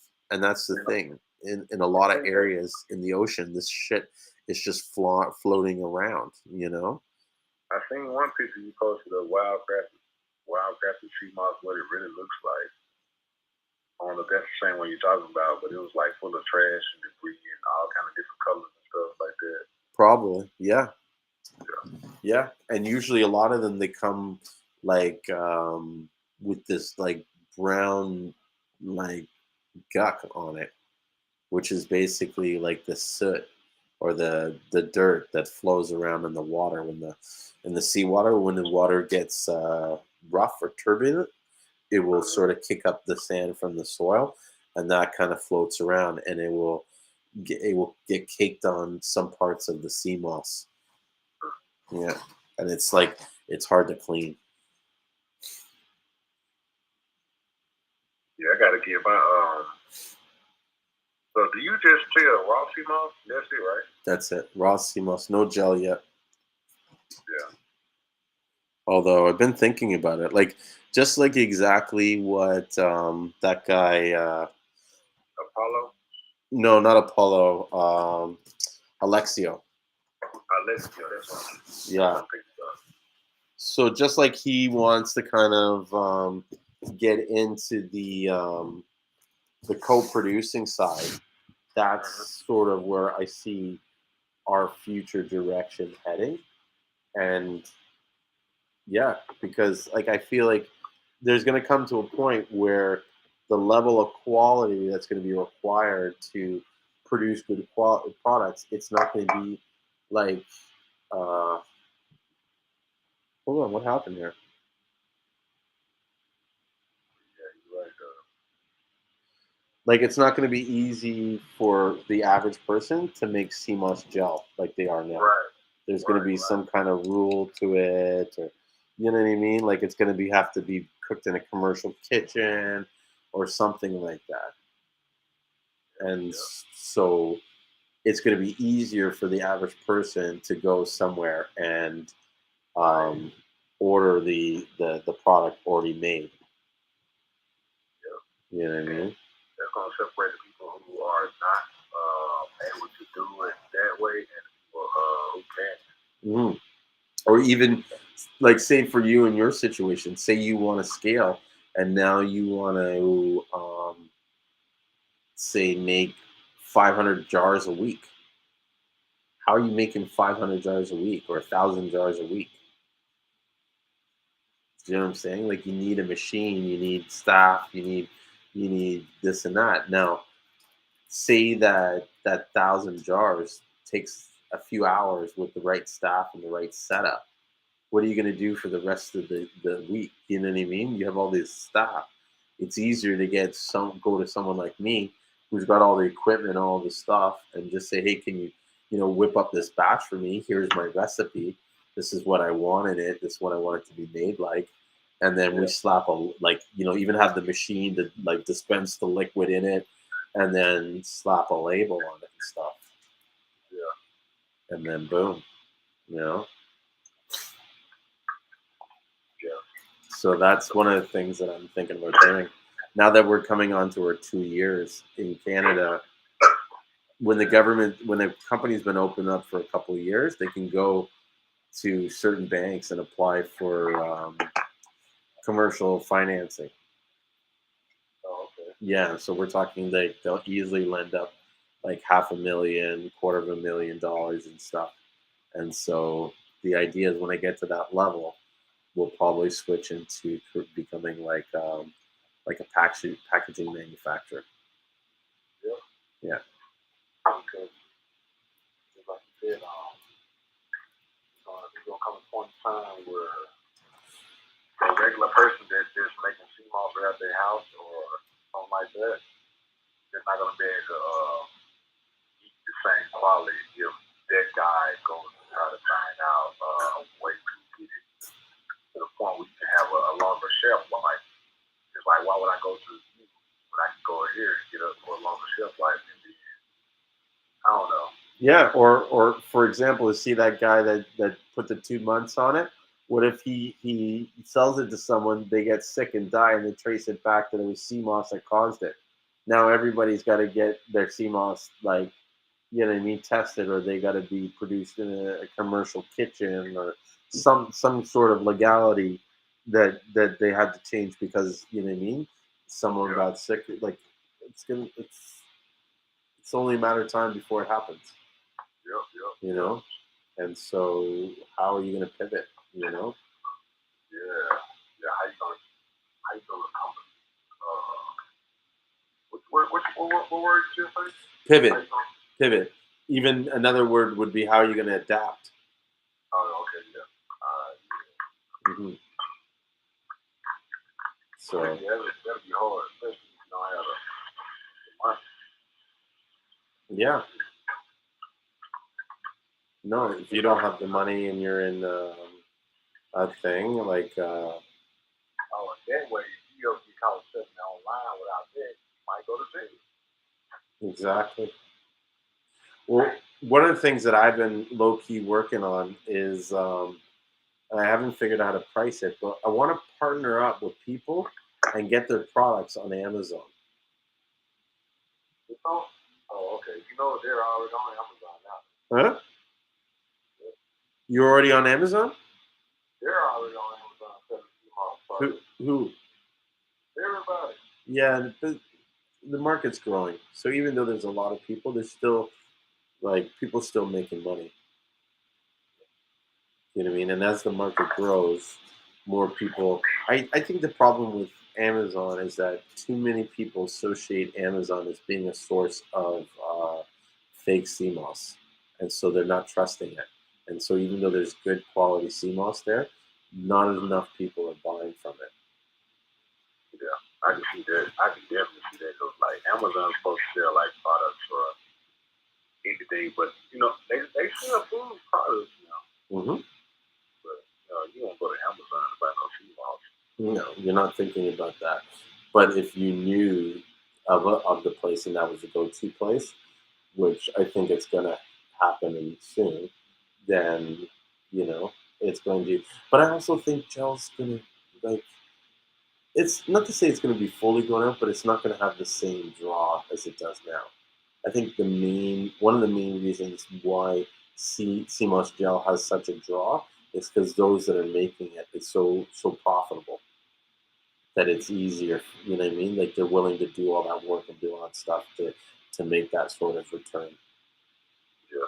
But when that sort of becomes a non-issue, then you're gonna see more people take. Like, more people want to take powder, and it's like powder lasts longer. It could be easily to sort of somewhat consume in your teas and stuff like that, in your liquids. So I don't know. Right. Yeah, I'm gonna go ahead. I think that's what I'm gonna do next, because I've been seeing a lot of people. They were like, "You don't have the powders." Like, no. Then they also want me to do like the capsules, the edibles with like THC and CBD in it too. I'm like, man, I don't do that. That's illegal. But they are really been asking me about, hey, you make gummies, edibles, and stuff like that. I'm like, no. Yeah. But everybody keeps asking me to do it though. Yeah, the edibles with the THC, I'd be somewhat, but I know with the CBD, instead of calling it CBD, I think you can get away with calling it hemp oil extract. Oh, really? Yeah, because I think hemp oil is legal. Because you can buy hemp seeds, hemp hearts, you know what I mean, that kind of stuff, like different hemp products. So, yeah, I don't see why not. Oh, all right. Yeah. Yeah. Just how you present it, I guess. But at the same time, it's like, until your product that you are working with now is running on all cylinders, you don't want to start messing it with a drastic different product. True. But if I did, I would do it in a way. I would do it like a temporary drop, and then you get feedback on it. So it's like, yeah, I have 1,000 gummies, and after these gummies are gone, we're not going to have gummies for a long time. And so you whip a bunch of batch of gummies, give them out, ask for feedback, or even say like, if there's enough people that like it, then we'll bring it back. So let me know if you like it, and we'll bring it. Like the McRib at McDonald's. Huh? Bro, you know, low key, that is like my I not I don't want to say I pray because I don't really pray, but I often fantasize of one day the McRib making a comeback. It's been so long in Canada.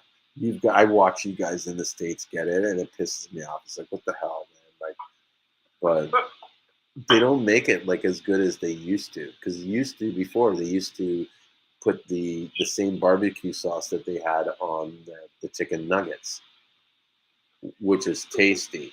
You know what I'm talking about, right? Yeah, they started putting that bullseye barbecue stuff, and it's like that's not what you want on a mix. Like I do not want bullseye onions and pickles on my McRib. Like what? Yeah. Yeah, I haven't eaten McDonald's in a long time, but that is when the McRib would make me break my, you know.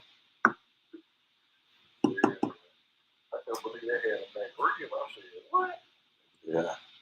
But you know what? I don't think they're going to come out for a while because the price of pork has gone up so high. Man, I was heartbroken when I filled my truck up. I was like, I'm not even believing it. It's such bullshit too. Like how the fuck? How is it like a fight in Ukraine affecting us over here? How much is your gas up there? Like $1.80 a liter. $1.80 a liter. Yeah. So let's see what that converts to a gallon.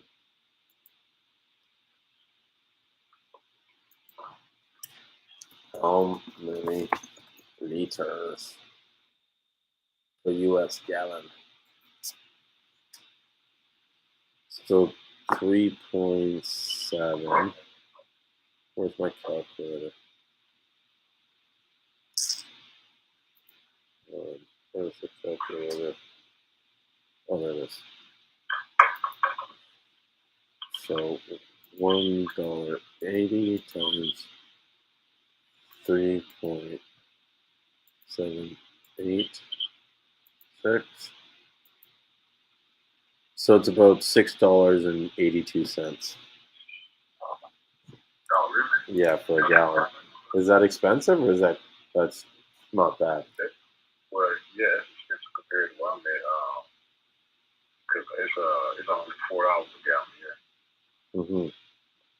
Yeah. $6.82. So what was it before? Like, you sound like it's not nothing that we've never seen before. It's the way you talking about, like, yeah. Well, okay. So it went from I think like $1.20 to $1.80.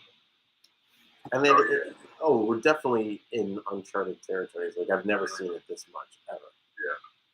Yeah. But I feel like a lot of times it's like these prices change depending on whoever is pulling the trigger feels. You know what I mean? Like I don't know. Like we're in Canada, we're supposed to have the third largest oil reserves, yet we're being affected by what's going on in Ukraine.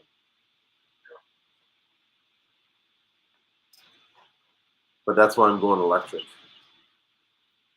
Yeah, I was talking about this today. I was talking about getting a dog on a moped or a scooter. So I'm like, man, I can't be doing this. Yeah. But then you say electric though. Hey, that's where everything's going to go right there. They're going to go to electric. Because I see a lot of people right now get those solar panels on their roof. Mm-hmm. The Tesla and stuff. Yeah. What I feel is that, like, they've known for a while that we are running out of oil. and that's why we see a lot of the pricing going up with the oil stuff and sort of like um, them trying to like push up the cost is because they're just trying to get as much as they can sold for as much as they can before they have to throw in the towel. I don't know. I could be wrong, but that's just somewhat a view. Ooh. Ooh. Yeah.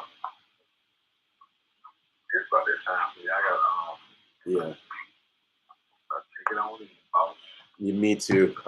You know what? Earlier today, I was like, I'm so funny how I make these plans in my head, like I'm so committed, and then when it happens, I just feel suddenly that's it. Tonight, 12 o'clock, cut off. I'm not going past 12. You know what I mean? I'm sick and tired of this. I'm always waking up late. You know what I mean? And then I'm also bitter because I feel like I'm giving out all this information and people are just taking what they want from it and just kind of like using it for their own gain and stuff. And so I'm just like, I need to change this. I need to, like if I'm giving all this stuff out, I need to ask for some stuff back. And so You're gonna get it, man. You already know it. It's like talking about think and grow rich. Mhm. It's gonna come back to you because you expect it if you're doing it. So it's gonna come back. Oh yeah. And maybe that's one of the reasons you're probably seeing a lot of increase in your business. Yeah.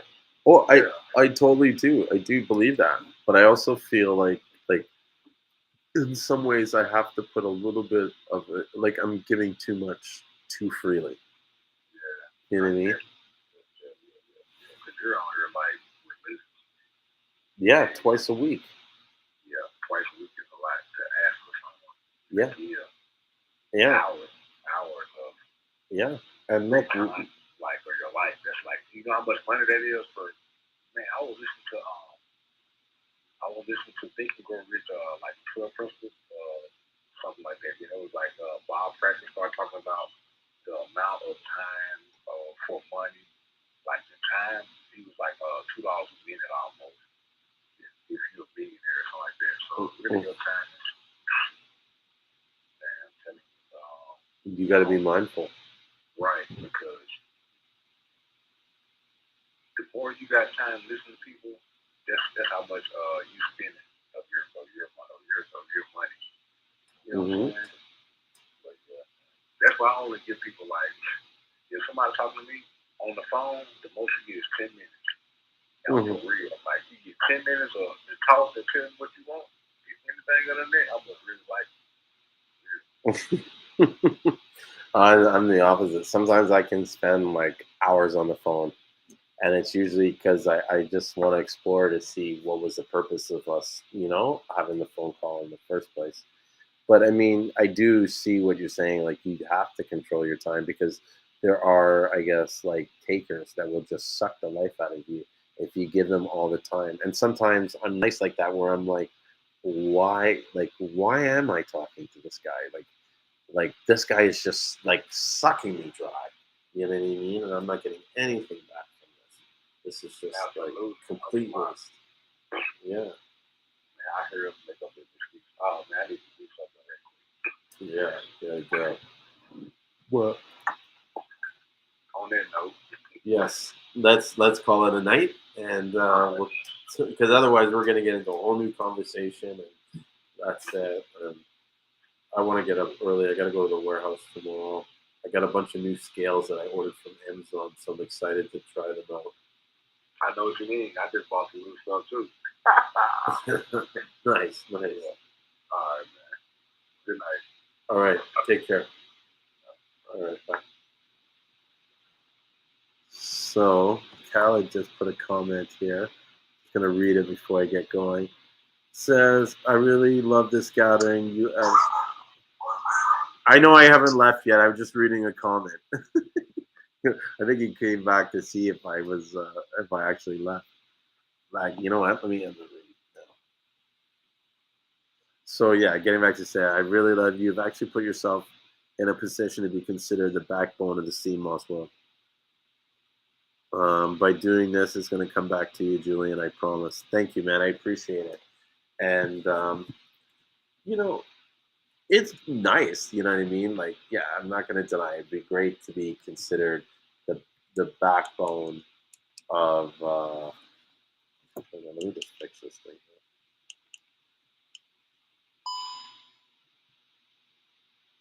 There we go. So yeah, it'd be nice to be considered the backbone of the CMOS industry, but my real purpose on this is just to create opportunities for not only other people but myself too. You know what I mean? And by creating an environment where we can all learn and we can all grow, it can be really beneficial. But I think that just too many people are just they're not putting the time in to grow, to learn more, to understand more. Many people that are selling CMOS don't even know that this is a red algae, and they don't know, even specifically the name of the species or how to identify certain species. There's so much they don't know, and yet they're coming out and giving out their opinion and giving out advice, and oh, I think it's this or that, and it's like, no, like you need to like really put the time in, and it's not a lot of time. Just to know the basic general stuff. It's not a lot of time. And if you guys, like, there's a book called Seamossology. It will give you a lot of details and information on the CMOS and the CMOS industry if you really want to sort of like, you know, take the fast track on learning. Yeah. But that's what I hope, is that more people learn. Oh, and you know what? I didn't save this.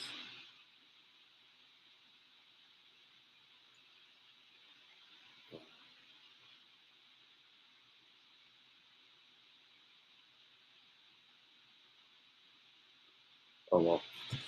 So unfortunately, I was doing Instagram, and I canceled, which sucks because I had like a really nice, we had a nice video on that. I would have loved to share it, but so it goes. That's life for you. Let me make sure I just go. Yeah, I want to just leave it fire. Says you're absolutely right, though. Good night, bro. Let's try to hang in there. Yes, yes, I will try to hang in there, and you keep doing what you're doing for the CMOS industry, because you're helping a lot too.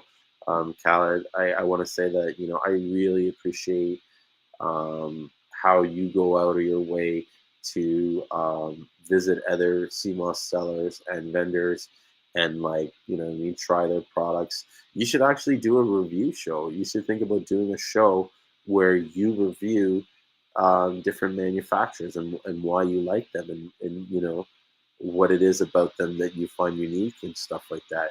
And even though you are running a business yourself, showing selling CMOS, you being able to come in and comment and critique another company, usually in a positive way. I recommend you shouldn't, unless they're like bad for the CMOS industry. You should always try and be showing the positive. But you know you can what will happen is just like with me doing this, you will be looked at as sort of like the expert. And so even though you may be talking about other companies or other CMOS vendors, by you being able to critique them and analyze them, you become the expert. And a lot of people would choose buying from an expert as over buying someone that had a recommendation. So I don't know. Those are some thoughts to think about. See, there you go, bro. You need to create a YouTube channel where you're talking about your love and passion for CMOS, and then eventually, or eventually, even once in a while, or even every show, you bring someone on to talk about what they do in CMOS. You know what I mean? I think you can call it like the CMOS world or something. Hey, no problem, Khaled. I'm gonna show it to you. So It's funny. I just created my own YouTube channel today, and then that was a great idea. Thanks. Like I said, it's my pleasure to be able to share this information and ideas and stuff because, if you create this YouTube channel and you get like thousands of subscribers, that's thousands more people that know about CMOS that didn't know about CMOS before. You know what I mean? Now the industry is 1,000 more people bigger. You know what I mean? It's a win-win for everybody. So it's my pleasure to help where I can, whenever I can. And with that, I think it's all about time we call it a night. I'm going to get some rest. Actually, I'm going to watch some news for a little bit on St. Lucia, and then I'm going to get some rest. Let's see what's going on. So you guys have a happy Monday, and I'll see you guys on Wednesday. All right? You guys have a lovely night, and don't forget to take your CMOS. Take care.